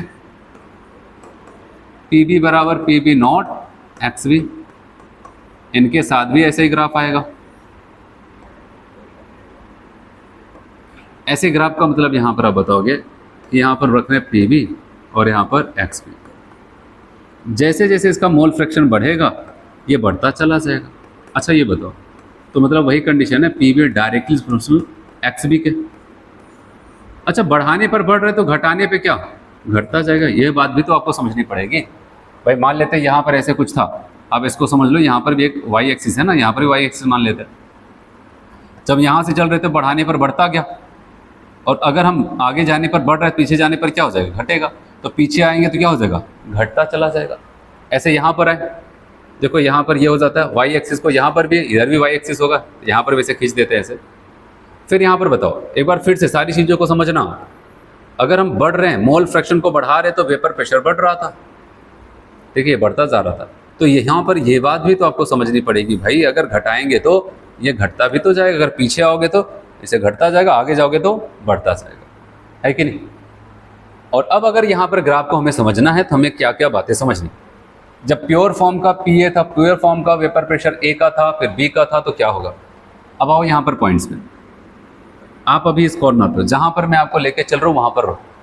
अभी आप इस कॉर्नर पे हो, यहाँ पर ये y एक्सिस है, y एक्सिस, और ये x एक्सिस है, ठीक है। ये वेपर प्रेशर इधर भी दोनों सेम चीज़ को बता रहा है। और एक कंडीशन यहाँ पर मैं मान लेता हूँ कि मान लेते हैं B का जो प्योर फॉर्म का वेपर प्रेशर था, PB not is greater then PA। आप कुछ भी मान सकते हो, आप किसी को भी कम ज़्यादा कर सकते हो प्योर फॉर्म, क्योंकि दो लिक्विड है, अब दोनों का वेपर प्रेशर हो सकता है किसी का एक ज़्यादा होता है, एक दूसरे का कम होता होगा, ऐसे मान के चलो। अब अगर मैं इस कॉर्नर पे यहाँ पर हूँ, मैंने लिखा है XA की वैल्यू 1, और आपको ये सारी चीज़ें, सारी कड़ियाँ जो हम लोग पढ़ के आए यहाँ पर सबको जोड़ना पड़ेगा। मैंने कहा XA प्लस XB का सम क्या हो जाता है 1, है कि नहीं। अच्छा ये बताओ, अगर केवल अकेले XA की वैल्यू 1 के बराबर हो गई, इसका मतलब क्या है, XB की वैल्यू क्या है वहाँ पर 0, तभी तो जब यहाँ पर ये 0 हो जाएगा तभी तो XA बराबर 1 की होगा। और XB का 0 होने का मतलब क्या है, मतलब वहाँ पर B नाम की कोई चीज़ है ही नहीं, अभी केवल कौन है, A नाम की चीज़ है, ठीक है। तो याद रखना, यहाँ पर ऐसे हम समझ लेते हैं, प्योर A की बात कर रहे हैं। अगर हम यहाँ पर हैं तो आप प्योर A की बात कर रहे हैं, मतलब एक सोल्यूशन जिसमें केवल A है, और प्योर फॉर्म में है तो उसका वेपर प्रेशर क्या हो जाएगा, मैक्सिमम होगा, ठीक है। याद रखना, यहाँ पर अगर हम अभी यहाँ पर हैं तो A के पास है और A के रूप में है, तो यहाँ पर इसका वेपर प्रेशर क्या होगा, मैक्सिमम, और इसी को हम क्या बोल रहे हैं यहाँ पर, PA नॉट, इस पॉइंट को। और देखना, अब समझना यहाँ पर, और अगर हम बात करते हैं यहाँ पर, ऐसे मैं बीच में से लिख देता हूँ, एक ये कॉर्नर एक ये कॉर्नर होगा, और बीच की बात करते हैं, बीच में हमारा सॉल्यूशन होगा जिसमें A और B दोनों प्रेजेंट है। चलो अब इस कॉर्नर पे आते हैं, और इस कॉर्नर पे अगर देखें आप, XA को क्या लिख दिया गया 0, और एक्स बी को 1 लिख दिया गया। इसका मतलब क्या, हमें फिर से पता है एक्स ए प्लस एक्स बी का सम क्या हो जाता है 1, और एक्स बी की वैल्यू 1 है, इसका मतलब एक्स ए की वैल्यू क्या है 0। एक्स ए की वैल्यू 0 कब होगी, जब वहाँ पर एक्स ए नाम की कोई चीज़, वहाँ पर ए नाम की कोई चीज़ होगी ही नहीं। इसका मतलब आपको पता है अगर आप इस कॉर्नर पे हैं तो आप ये सोचें कि आपके पास प्योर बी है, और आप इस कॉर्नर पे हैं तो आप कहेंगे यहाँ पर प्योर ए है, ऐसा सोचना। और जब प्योर बी होगा तो उसका वेपर प्रेशर क्या हो जाएगा मैक्सिमम। इसलिए देखो जब यहाँ पर बी का मोल फ्रैक्शन 1, इसका वेपर प्रेशर सबसे ज़्यादा, क्योंकि ये भी आप पढ़ के आ रहे हो, जब बी का मोल फ्रैक्शन ज़्यादा होगा तो उसका वेपर प्रेशर भी ज़्यादा होगा। और किसी का मोल फ्रैक्शन अगर कभी भी ज़्यादा हो जाए तो कितना हो सकता है, प्योर फॉर्म में होगा तो 1 होगा, और वो क्या हो जाएगा सबसे ज़्यादा। अब देखना, अब यहाँ से मैं इधर जा रहा हूँ, अगर यहाँ पर ये 1 है और मैंने कहा बीच में क्या है सोल्यूशन है। अब जैसे जैसे हम आगे बढ़ेंगे, याद रखना जैसे जैसे हम आगे बढ़ेंगे तो यहाँ पर एक बात ध्यान देना, एक्स ए के मोल फ्रैक्शन घटते जाएंगे, क्योंकि भाई मैक्सिमम यहाँ पर था, अब इससे ज़्यादा थोड़ी ना हो जाएगा, क्योंकि मोल फ्रैक्शन कितना, एक से ज़्यादा कभी थोड़ी ना हो सकता है। ए के मोल फ्रैक्शन घटेंगे और जबकि दूसरी क्या हो जाएगा, बी के मोल फ्रैक्शन बढ़ेंगे। अगर इस कॉर्नर से उस कॉर्नर, क्योंकि यहाँ जाकर के बी सबसे ज़्यादा हो जाता है, यहाँ पर ए सबसे ज़्यादा। अगर हम उल्टा आएंगे तो यहाँ आकर के बी सबसे ज़्यादा था, धीरे धीरे घटते घटते घटते घटते इस कॉर्नर पे पहुँचते 0 हो गए। ऐसे एक्स ए यहाँ पर सबसे ज़्यादा है, और जैसे हम आगे जाएंगे घटता जाएगा घटता जाएगा घटता जाएगा, और इस कॉर्नर पर पहुँचते पहुँचते 0 हो जाएगा। और अभी आपको बताया कि अगर मोल फ्रैक्शन को बढ़ाने पर वेपर प्रेशर बढ़ रहा है तो घटाने पर क्या हो जाएगा, घटता भी तो जाएगा। तो जब मोल फ्रैक्शन मैक्सिमम था तब तो वेपर प्रेशर मैक्सिमम था, और जैसे जैसे आगे बढ़ रहे मोल फ्रैक्शन घटता जा रहे तो वेपर प्रेशर इसका घटता जाएगा घटता जाएगा घटता जाएगा। और जब इसका मोल फ्रैक्शन 0 हो गया इस कॉर्नर पे, तो इसका क्या हो जाता है, वेपर प्रेशर भी 0 हो जाता है। ठीक है, अब इसी के बीच में क्या पाया जा रहा था, सोल्यूशन। यहाँ पर प्योर है, प्योर भी सोल्यूशन, और सोल्यूशन का जब वेपर प्रेशर निकाला जाता है तो फॉर्मूला क्या बताया था, पी ए बराबर पी ए नॉट एक्स ए। ठीक है, अब आते हैं बी वाली के पास। जब प्योर बी था उसका वेपर प्रेशर क्या था, यहाँ पर पी बी नॉट। और अब हम उल्टा आ रहे हैं, इस बात का ध्यान देना, अब यहाँ से इधर आ रहे हैं, जब उधर से इधर आएंगे तो क्या होगा, हम जब ये आपको बता रहे थे यहाँ से वहाँ पर जा रहे थे, अब वहाँ से इधर आ रहे हैं, इधर आ रहे हैं, तो अब आपको ध्यान देना था,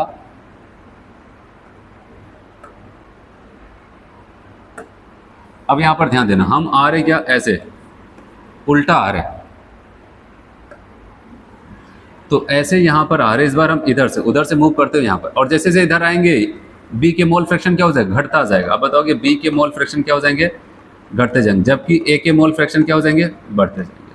हमें बी पे टारगेट करना है। बी यहाँ पर ज़्यादा था क्योंकि यहाँ पर मोल फ्रैक्शन ज़्यादा, फिर जैसे जैसे हम पीछे आ रहे इसका मोल फ्रैक्शन घटता जा रहा है घटता जा रहा है घटता जा रहा है, और जैसे ही इस कॉर्नर पे पहुँचते हैं बी 0 हुआ तो इसका भी मोल फ्रैक्शन 0 हो जाता है। तो यहाँ पर प्योर ए, यहाँ पर प्योर बी, इसके बीच में क्या हो जाएगा, सोल्यूशन। इसलिए यहाँ पर बीच का कहीं पर पॉइंट पर अगर आपको देखना है इसका वेपर प्रेशर, तो आप ये फॉर्मूला लगाना P B not X B. जितना भी मोल फ्रैक्शन सोल्यूशन में है उसको रख दो, पी बी नॉट की वैल्यू आपको पता रहेगी, रख करके आप बता सकते हो। ठीक है, तो अब आते हैं यहाँ पर, ये पॉइंट्स क्लियर हुआ। अब आते हैं सोल्यूशन के टोटल वेपर प्रेशर पे। आपको पता है जब प्योर ए था, ये फॉर्मूला आपको पता है, पी ए बराबर पी ए नॉट एक्स ए। अगर हम इस पॉइंट पे हैं, मतलब एक्स ए की वैल्यू 1 आ जाती, अगर एक्स ए की वैल्यू 1 तो पी एक्स बी की वैल्यू 0, एक्स बी की वैल्यू 0 तो ये पूरा टर्म क्या हो जाएगा 0, और एक्स ए की वैल्यू 1 तो एक्स ए बराबर 1 तो पी ए बराबर क्या हो जाएगा, टोटल प्रेशर बराबर पी ए नॉट। अगर प्योर ए है तो टोटल प्रेशर इतना, प्योर बी है तो ऐसे ही सेम, एक्स ए की वैल्यू 0 हो जाएगी यहाँ पर, अगर यहाँ पर सोचे तो ये 0 हो जाएगा पूरा टर्म 0, और एक्स बी की वैल्यू 1 तो P बराबर पी बी नॉट के हो जाता हम यहाँ पर। लेकिन हम सॉल्यूशन बात करेंगे तो वहाँ पर A के भी कुछ मोल फ्रैक्शन होंगे और B के भी मोल फ्रैक्शन होंगे। याद रखना, अगर A का मोल फ्रैक्शन होगा तो इस पॉइंट को इधर खींचेगा, जितना ज़्यादा बढ़ाओगे A के मोल फ्रैक्शन वो इधर घसीटता लाएगा, और B के मोल फ्रैक्शन बढ़ाओगे तो वो उधर लेके चला जाएगा। तो इसका मतलब यहाँ पर पी ए नॉट और पी बी नॉट के बीच में ही जो लाइन होगी, जो सीधी लाइन उनको मिलाएगी, वही क्या कहलाएगा, उनका सोल्यूशन का वेपर प्रेशर। अब वो ये भी हो सकता है यहाँ पर भी, यहाँ पर, यहाँ पर, यहाँ पर, कहीं पर भी हो सकता है। वो डिपेंड करेगा कि ए के और बी के मोल फ्रैक्शन कितने कितने हैं। ए का मोल फ्रैक्शन अगर बढ़ने लगा तो क्या करेगा, इसको इधर घसीटने लगेगा, और बी का मोल फ्रैक्शन बढ़ने लगा तो उसको उधर लेके जाएगा। ठीक है, तो ये चीज़ें यहाँ पर थी और ये आपको ध्यान देना है, और कुछ नहीं तो आपको याद रखना। अगर आपको ऐसे सीधी सीधी स्ट्रेट लाइंस देखने को मिलती हैं तो ये किसको रिप्रेजेंट करेगा, वहाँ पर आइडियल सोल्यूशन को रिप्रेजेंट करता है। ठीक है, अब मैं इसको हटाता हूँ, यहाँ पर बहुत कुछ हो गया। ठीक है, तो सीधी सीधी स्ट्रेट लाइन आपको देखने को मिल रही है, पी ए नॉट है, ये पी बी नॉट है, यहाँ से यहाँ तक सीधी लाइन है, यहाँ से यहाँ तक सीधी लाइन है, फिर पी ए और पी बी नॉट को सीधी लाइनें मिला रही हैं, तो इसका मतलब वो आइडियल सोल्यूशन को बताएगा। कम से कम इतना आपको याद रखना है कि कल को अगर कभी आपको ऐसा ग्राफ ही दे दिया और पूछे किसका ग्राफ है, आइडियल की नॉन आइडियल का, आपको एकदम सीधी सीधी लाइनें देखने को मिल रही हैं, क्योंकि एक्स बराबर आपको पता था पी ए बराबर पी ए नॉट एक्स से, पी बी बराबर P B not X B, जो कि स्ट्रेट लाइन को बताता है, सेंटर से पास होता था, तो सीधी लाइनें जाएंगी, सीधी लाइनें आएंगी, घटाने पर बढ़ाने पर, तो ऐसा कुछ होता है। अब अगर हम बात करते हैं यहाँ पर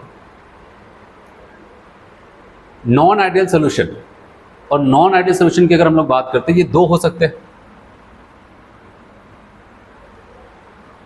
ठीक है, नॉन आइडियल सोल्यूशन की बात करते हैं तो ये पॉजिटिव डेविएशन भी हो सकता है और नेगेटिव डेविएशन। और पॉजिटिव डेविएशन की अगर खास बात हो, अब आपको पता है इस बार पी ए बराबर पी ए नॉट एक्स से नहीं होता था, है कि नहीं, पी ए नॉट एक्स से नहीं होता था, क्या होता था, P S greater than P A not X A, मतलब अब हिसाब कुछ और है, अब सीधी लाइनें नहीं मिलेंगी। तो यहाँ पर आपको याद रखना जो आइडियल सोल्यूशन हुआ था, ये डॉटेड लाइन आपको देख रहे हैं ये, लेकिन अगर पॉजिटिव डेविएशन होगा तो यहाँ पर आपको इसके ऊपर ऐसे कर्व देखने को मिलेगा। वो बता रहे हैं कि इससे थोड़ा सा ज़्यादा आता है, फ्लक्चुएट करता है। ऐसे जब आप पी बी से यहाँ पर आते थे, आपको ये डॉटेड लाइन जो दिखाई दे रही सीधी, लेकिन जब अब पॉजिटिव डेविएशन होगा तो आप बताएंगे यहाँ पर क्या हो जाता है, ऐसे देखने को मिलेगा थोड़ा सा कर्व। और यहाँ पर जो मैंने कहा था आइडियल सोल्यूशन के लिए, यहाँ से यहाँ तक सीधी लाइनें दिखती थी, लेकिन पॉजिटिव डेविएशन है तो आपको यहाँ पर ऊपर की तरफ ऐसे डेविएशंस देखने को मिले। ठीक है, क्योंकि आपको पता है पी अब क्या हो जाएगा, ये इनसे ज़्यादा आएगा। ठीक है, तो याद रखना अगर कर्व ऊपर की तरफ आपको दिखाई देता है स्ट्रेट लाइन के, तो इसका मतलब पॉजिटिव डेविएशंस को दिखाएगा।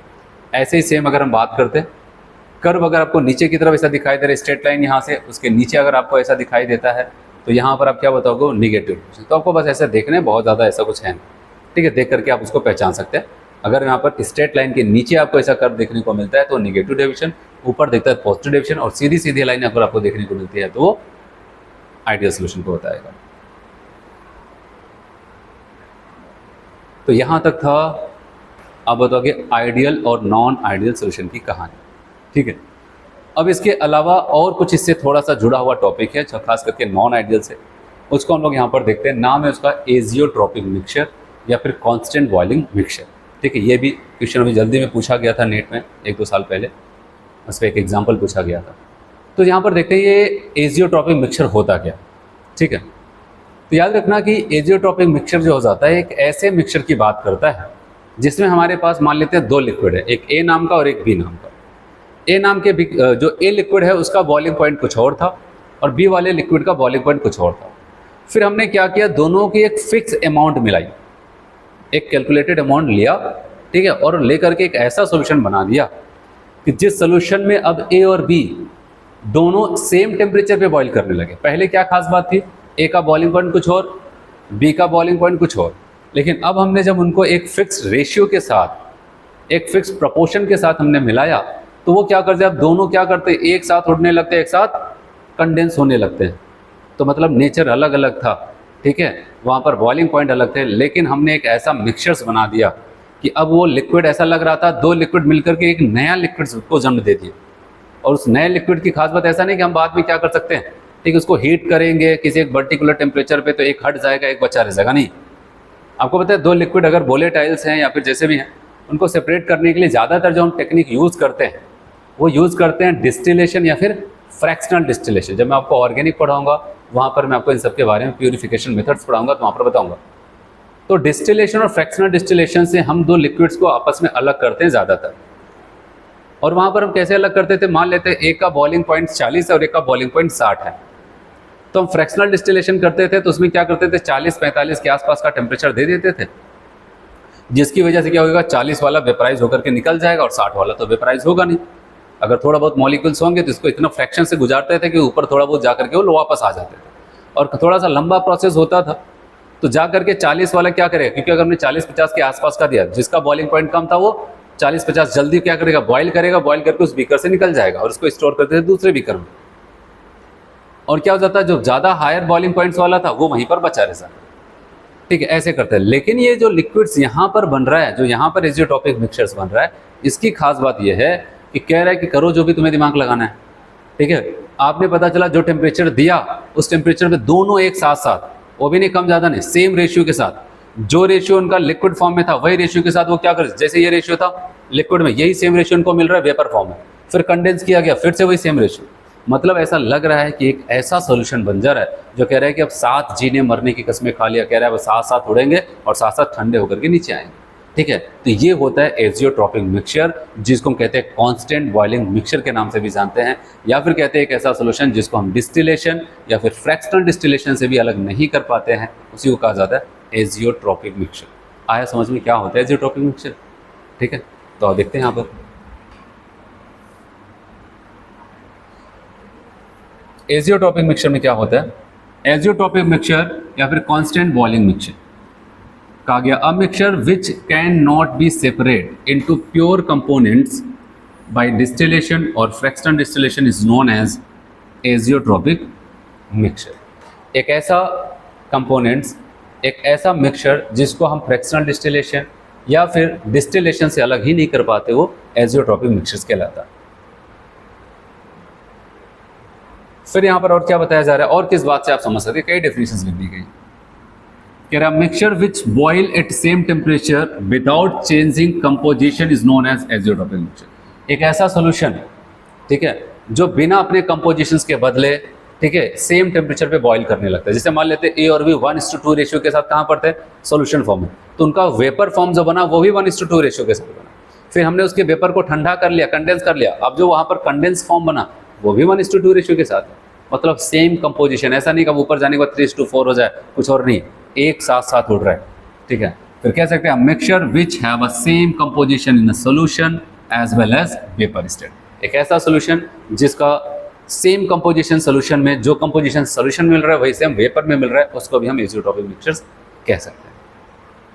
चलो, जैसे यहाँ पर मैं आपको बताऊं, अगर आप इसको समझे, मान लेते हमने दो लिक्विड्स लिया ए और बी नाम का, ए और बी। ऐसा नहीं कि हम जितना मन करे वैसा मिला के बना दे, भाई उसका एक फिक्स रेशियो होता तभी बन पाता है एजियोट्रॉपिक, इतना आसानी से नहीं बनता है। हमने ए और बी को लिया, ठीक है, इन दोनों का एक फिक्स रेशियो के साथ बना दिया, एक सोल्यूशन बनाया, एक बाइनरी सोल्यूशन बना ए और बी का।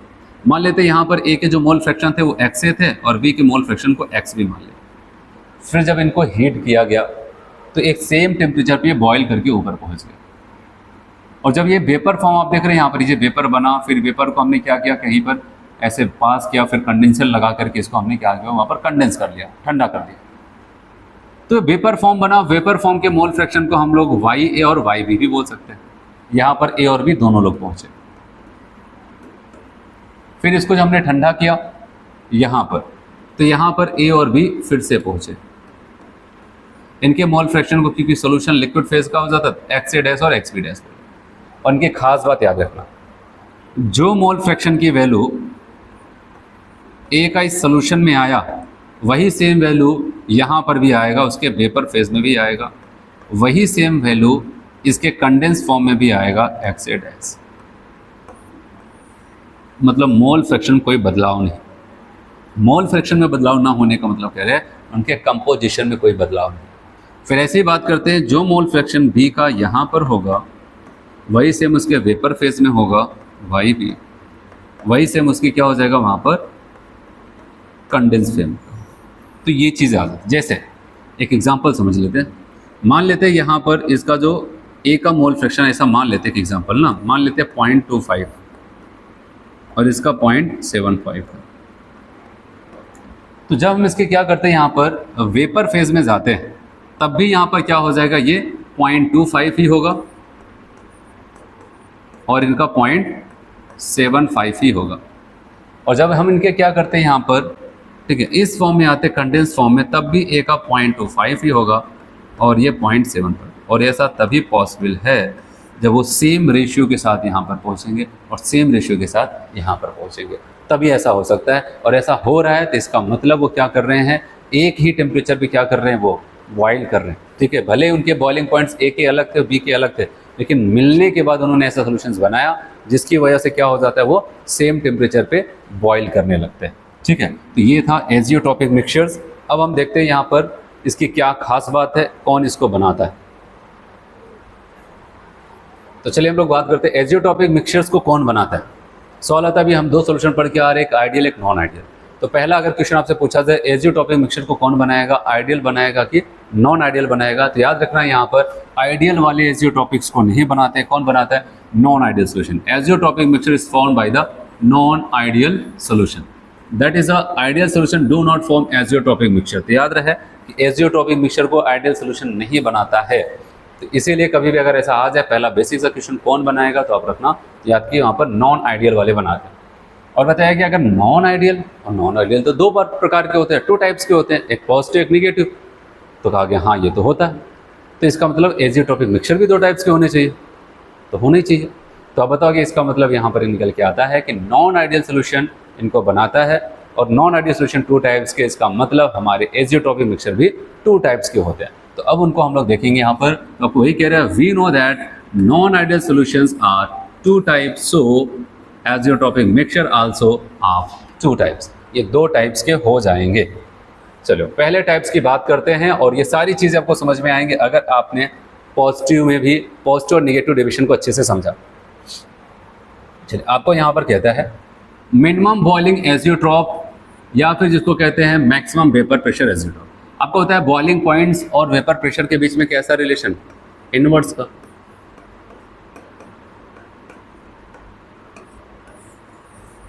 ये तो होता है। तो कहने का मतलब अगर उनका बॉइलिंग पॉइंट्स में कह रहा हूं मिनिमम, इसका मतलब वेपर प्रेशर के साथ पूछा जाए तो कहेंगे मैक्सिमम। तो एक पहला एजियोट्रॉपिक मिक्सचर का एग्जांपल है जो मिनिमम बॉइलिंग पॉइंट्स एजियोट्रॉप्स या फिर मैक्सिमम वेपर प्रेशर एजियोट्रॉप्स के नाम से जाना जाता है।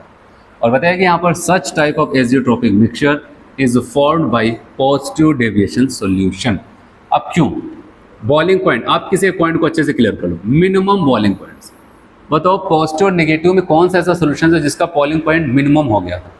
आपको पता है किसका मिनिमम होगा, जिसका वेपर प्रेशर ज़्यादा बना था। कहाँ पर ज़्यादा बना था, आप पॉजिटिव वाले को सोचो, ए और ए के बीच में लगाओ ज़्यादा, बी का बी के बीच में लगाओ ज़्यादा। जब ए और बी को सोल्यूशन में बनाया तो ए और बी बहुत दूर दूर बैठे थे, जब दूर दूर बैठेंगे तो उनका वेपर प्रेशर ज़्यादा, और जिसका वेपर प्रेशर ज़्यादा उसका बॉइलिंग पॉइंट्स क्या हो जाएगा, कम हो जाता है। ठीक है, तो इसीलिए याद रखना मैक्सिमम बॉइलिंग पॉइंट्स का मतलब ये हो जाता है जिनके मॉलिक्यूल्स दूर दूर हैं, उनको हम थोड़ा सा ही टेम्परेचर देंगे, उनके वेपर प्रेशर बढ़ करके एटमॉस्फेयर प्रेशर के बराबर हो जाएगा, जल्दी से क्या कर जाएगा, अपने बॉइलिंग पॉइंट्स को गेन कर लेगा।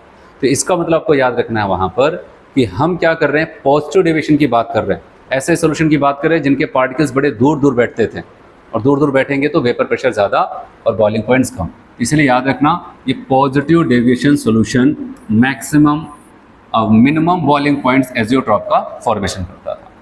कहा गया it means it azeotropic compositions boiling points will be minimum. अच्छा एक बात यहाँ पर याद रख सकते हैं, अब सवाल आता है कि जैसे कि मैंने कहा दो कंपोनेंट के दोनों के बॉइलिंग पॉइंट पहले अलग अलग थे, लेकिन जब उनको मिलाया गया तो अब बॉइलिंग पॉइंट्स क्या हो जाएगा। तो याद रखना यहाँ पर एक बात और याद रखना कि दोनों कंपोनेंट, मान लेते हैं ऐसे एक एग्जांपल मैं आपको दे रहा हूँ और इस लाइन को आप लिख लेना। जैसे मान लेते हैं ए वाला जो था उसका बॉइलिंग पॉइंट 80 डिग्री सी था, और बी वाला जो था इसकी बॉइलिंग पॉइंट 100 डिग्री सी था, और जब इनको मिलाया अगर वो मिनिमम बॉइलिंग एजियोट्रॉपिक्स बना रहे हैं, मिनिमम बॉइलिंग पॉइंट एजियोट्रॉप्स बना रहे हैं, तो इनका बॉइलिंग पॉइंट जो अब होगा, ठीक है, याद रखना वो क्या होगा, दोनों कंपोनेंट से कम टेम्परेचर पे बॉईल करेगा। दोनों कंपोनेंट्स मतलब 80 और 100 से कम क्या हो सकता है, बताओगे, आप बताओगे अब यहाँ पर लेस देन 80 डिग्री सी पे बॉईल करेगा। आज समझ में, तो आप इसको लिख सकते हैं कि मिनिमम बॉइलिंग एजियोट्रॉप्स में, ठीक है, बॉइलिंग पॉइंट्स दोनों कंपोनेंट से कम टेम्परेचर पे बॉईल करेगा। मतलब अब एक 80 है, एक 100 है, तो अब क्या हो जाएगा, दोनों से कम क्या हो जाएगा, 80 के नीचे जाओगे तो बताओगे 80 से कम डिग्री सी पे वो क्या करता है, बॉईल करेगा। ये लाइन वहाँ पर नोट कर लेना ज़रूर। It means at azeotropic composition boiling points will be minimum, ठीक है, आइदर ऑफ द कंपोनेंट, दोनों कंपोनेंट से कम होगा, ये चीज़ याद रखना। While vapour pressure of the maximum then any other components, किसी भी एक कंपोनेंट्स की तुलना में वेपर प्रेशर दोनों से ज़्यादा होगा, किसी एक कंपोनेंट की तुलना में आप बताओगे दोनों कंपोनेंट्स की तुलना में उसका बॉइलिंग पॉइंट्स कम होगा। बॉइलिंग पॉइंट्स के लिए आप बताओगे सबसे कम होगा, दोनों से कम होगा, और वेपर प्रेशर दोनों से ज़्यादा होगा। एग्जाम्पल याद रखना, एग्जाम्पल पे ही फोकस करते हैं। एग्जाम्पल में देखो दो टाइप के हो सकता है। एक तो यहाँ पर आपके एनसीईआरटी में एग्जाम्पल लिखा गया, ठीक है, C2H5 और वाटर। अगर आपको याद हो पॉजिटिव डिविजन मैंने कहा था या तो ए में या तो बी में, तो दोनों में हाइड्रोजन बॉन्डिंग प्रेजेंट हो। और आपको पता है इथाइल अल्कोहल वाटर, ये किसका एग्जाम्पल था? पॉजिटिव डिविजन सोल्यूशन का एग्जाम्पल था। एनसीईआरटी में लिखता है कि अगर हम क्या करते हैं, इथाइल अल्कोहल को वाटर में डालें और इथाइल अल्कोहल लगभग 95% के आसपास हो, तो यहाँ पर एग्जैक्ट जो कंपोजिशन की एनसीईआरटी में केवल लिखता है डायरेक्टली 95%, लेकिन वहाँ पर अगर देखें तो 95.5 होता है, और जाहिर सी बात है 95.5% ये हुआ तो वाटर कितना हो जाएगा? 4.5% यहाँ पर पाया जाएगा, ठीक है। इनका बॉइलिंग पॉइंट्स लगभग 78.1 डिग्री से होता है। हालांकि इसके बारे में एनसीईआरटी में दिया नहीं है, बस यहाँ पर बताया है कि लगभग इनके बारे में कहता है लगभग क्या हो जाएगा 95% के आसपास का कौन होता है? इथाइल अल्कोहल, और बचा हुआ कौन है वहाँ पर? वाटर। अच्छा, कल को अगर कोई और आ जाए ऐसा परसेंटेज ना दे तो एक काम ऐसा भी आप सोच सकते हो, आपको पता है पॉजिटिव डिविएशन वाला ही होता है। हो सकता है चारों एग्जाम्पल में से एक आइडियल सोल्यूशन का उठा के दे दे और दो नेगेटिव डेविएशंस का, केवल एक बच रहा है क्या वहाँ पर? पॉजिटिव डेविएशन का, तो आप उसको भी टिक कर सकते हो, ठीक है। तो अगला जो टाइप यहाँ पर है वो है मैक्सिमम बॉइलिंग पॉइंट एजियोट्रॉप्स, ठीक है, मैक्सिमम बॉइलिंग पॉइंट एजियोट्रॉप्स। अब आपको यही ध्यान देना, मैक्सिमम बॉइलिंग पॉइंट्स कौन सा नॉन आइडियल सोल्यूशन था जो बॉइलिंग पॉइंट्स को मैक्सिमम करता था? तो नेगेटिव डेविएशन वाला ही तो था, क्योंकि उनके पार्टिकल क्या हो जाते ए और बी के बहुत ज़्यादा क्लोज आ जाते थे, बहुत ज़्यादा क्लोज आ जाते थे तो उनका वेपर प्रेशर डाउन हो जाता था। जब वेपर प्रेशर डाउन हुआ तो बॉइलिंग पॉइंट्स की डिमांड बढ़ गई, तो इसीलिए मिनिमम बॉइलिंग पॉइंट एजियोट्रॉप या फिर वेपर प्रेशर के रिस्पेक्ट में बोला जाए, sorry maximum boiling point azeotrope या फिर वेपर प्रेशर के रिस्पेक्ट में मिनिमम वेपर प्रेशर एजियोट्रॉप्स की हम बात करते हैं। तो बताइए कि इसको कौन बनाएगा? Such type of azeotrope form by the negative deviation solution. और याद रहे यहाँ पर अब क्या होगा? मैक्सिमम बॉइलिंग पॉइंट्स, इसको अगर आप लिखना चाहे तो लिख सकते हैं कि इस कंडीशंस में बॉइलिंग पॉइंट्स दोनों कंपोनेंट से ज़्यादा होता है। जैसे अगर एक का 80 है दूसरे का 100 है, तो अब जो बॉइलिंग पॉइंट्स बनेगा सोल्यूशन वो 100 के ऊपर बनेगा, ठीक है। It means at azeotropic compositions boiling point will be maximum while vapour pressure will be minimum. दोनों कंपोनेंट से ज़्यादा पे बॉइलिंग पॉइंट्स होगा और दोनों कंपोनेंट से कम उसका वेपर प्रेशर होगा, ठीक है। अगर हम बात करते हैं यहाँ पर एग्जाम्पल, मैंने कहा था कि जब एसिड को वाटर के साथ लोगे तो किसका एग्जाम्पल बनता है? Negative deviation solution. इसका मतलब नेगेटिव डेविएशन ही तो बनाएगा, तो उसी का ही कोई एग्जाम्पल यहाँ पर एजियोट्रॉपिक्स बनाएगा मैक्सिमम वाला। जैसे यहाँ पर कह रहे हैं कि HCl और वाटर, HCl को लगभग हम 20% के आसपास और इसको कितना करते हैं? 80% के आसपास लेते हैं, तो ये बन जाएगा यहाँ पर या फिर एग्जैक्ट डाटा 20.2 और इसको 79.8। और ये इंपॉर्टेंट है क्योंकि एनसीईआरटी में लिखा है वहाँ पर, कहता है नाइट्रिक एसिड और वाटर। अभी जल्दी में क्वेश्चन पूछा गया 2-3 साल पहले, तो नाइट्रिक एसिड और वाटर मिल करके क्या बनाते हैं? एक मैक्सिमम बॉइलिंग एजियोट्रॉप्स बनाते हैं। परसेंटेज भी एनसीईआरटी में मेंशन है, 68% नाइट्रिक एसिड होना चाहिए, 32% क्या होना चाहिए? आपका वाटर होना चाहिए। और ऐसा नहीं कि आप जान गए ये दोनों लोग बनाते हैं तो जो भी मन का है वहाँ पर इनकी अमाउंट उठा लिया और उसके बाद क्या करते हैं वहाँ पर मिक्सचर्स बना देते हैं, तो वो एजियोट्रॉपिक्स नहीं बनेगा। तो आपको याद रहेगा 68% ये और 20% ये होना चाहिए, तभी वहाँ पर हो सकता है। एक फिक्स कंपोजिशंस होना चाहिए। चलिए क्वेश्चन देखते हैं यहाँ पर जो पूछा गया, ठीक है, 2019 में पूछा गया था।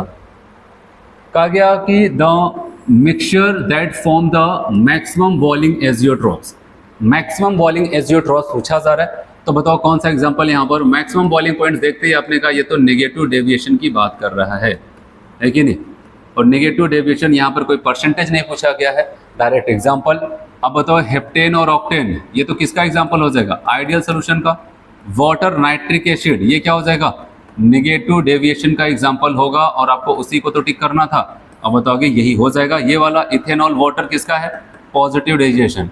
CH2 एसीटोन किसका था? अभी पढ़ के आ रहे हैं वो पॉजिटिव। हमें किसको टिक करना था? नेगेटिव।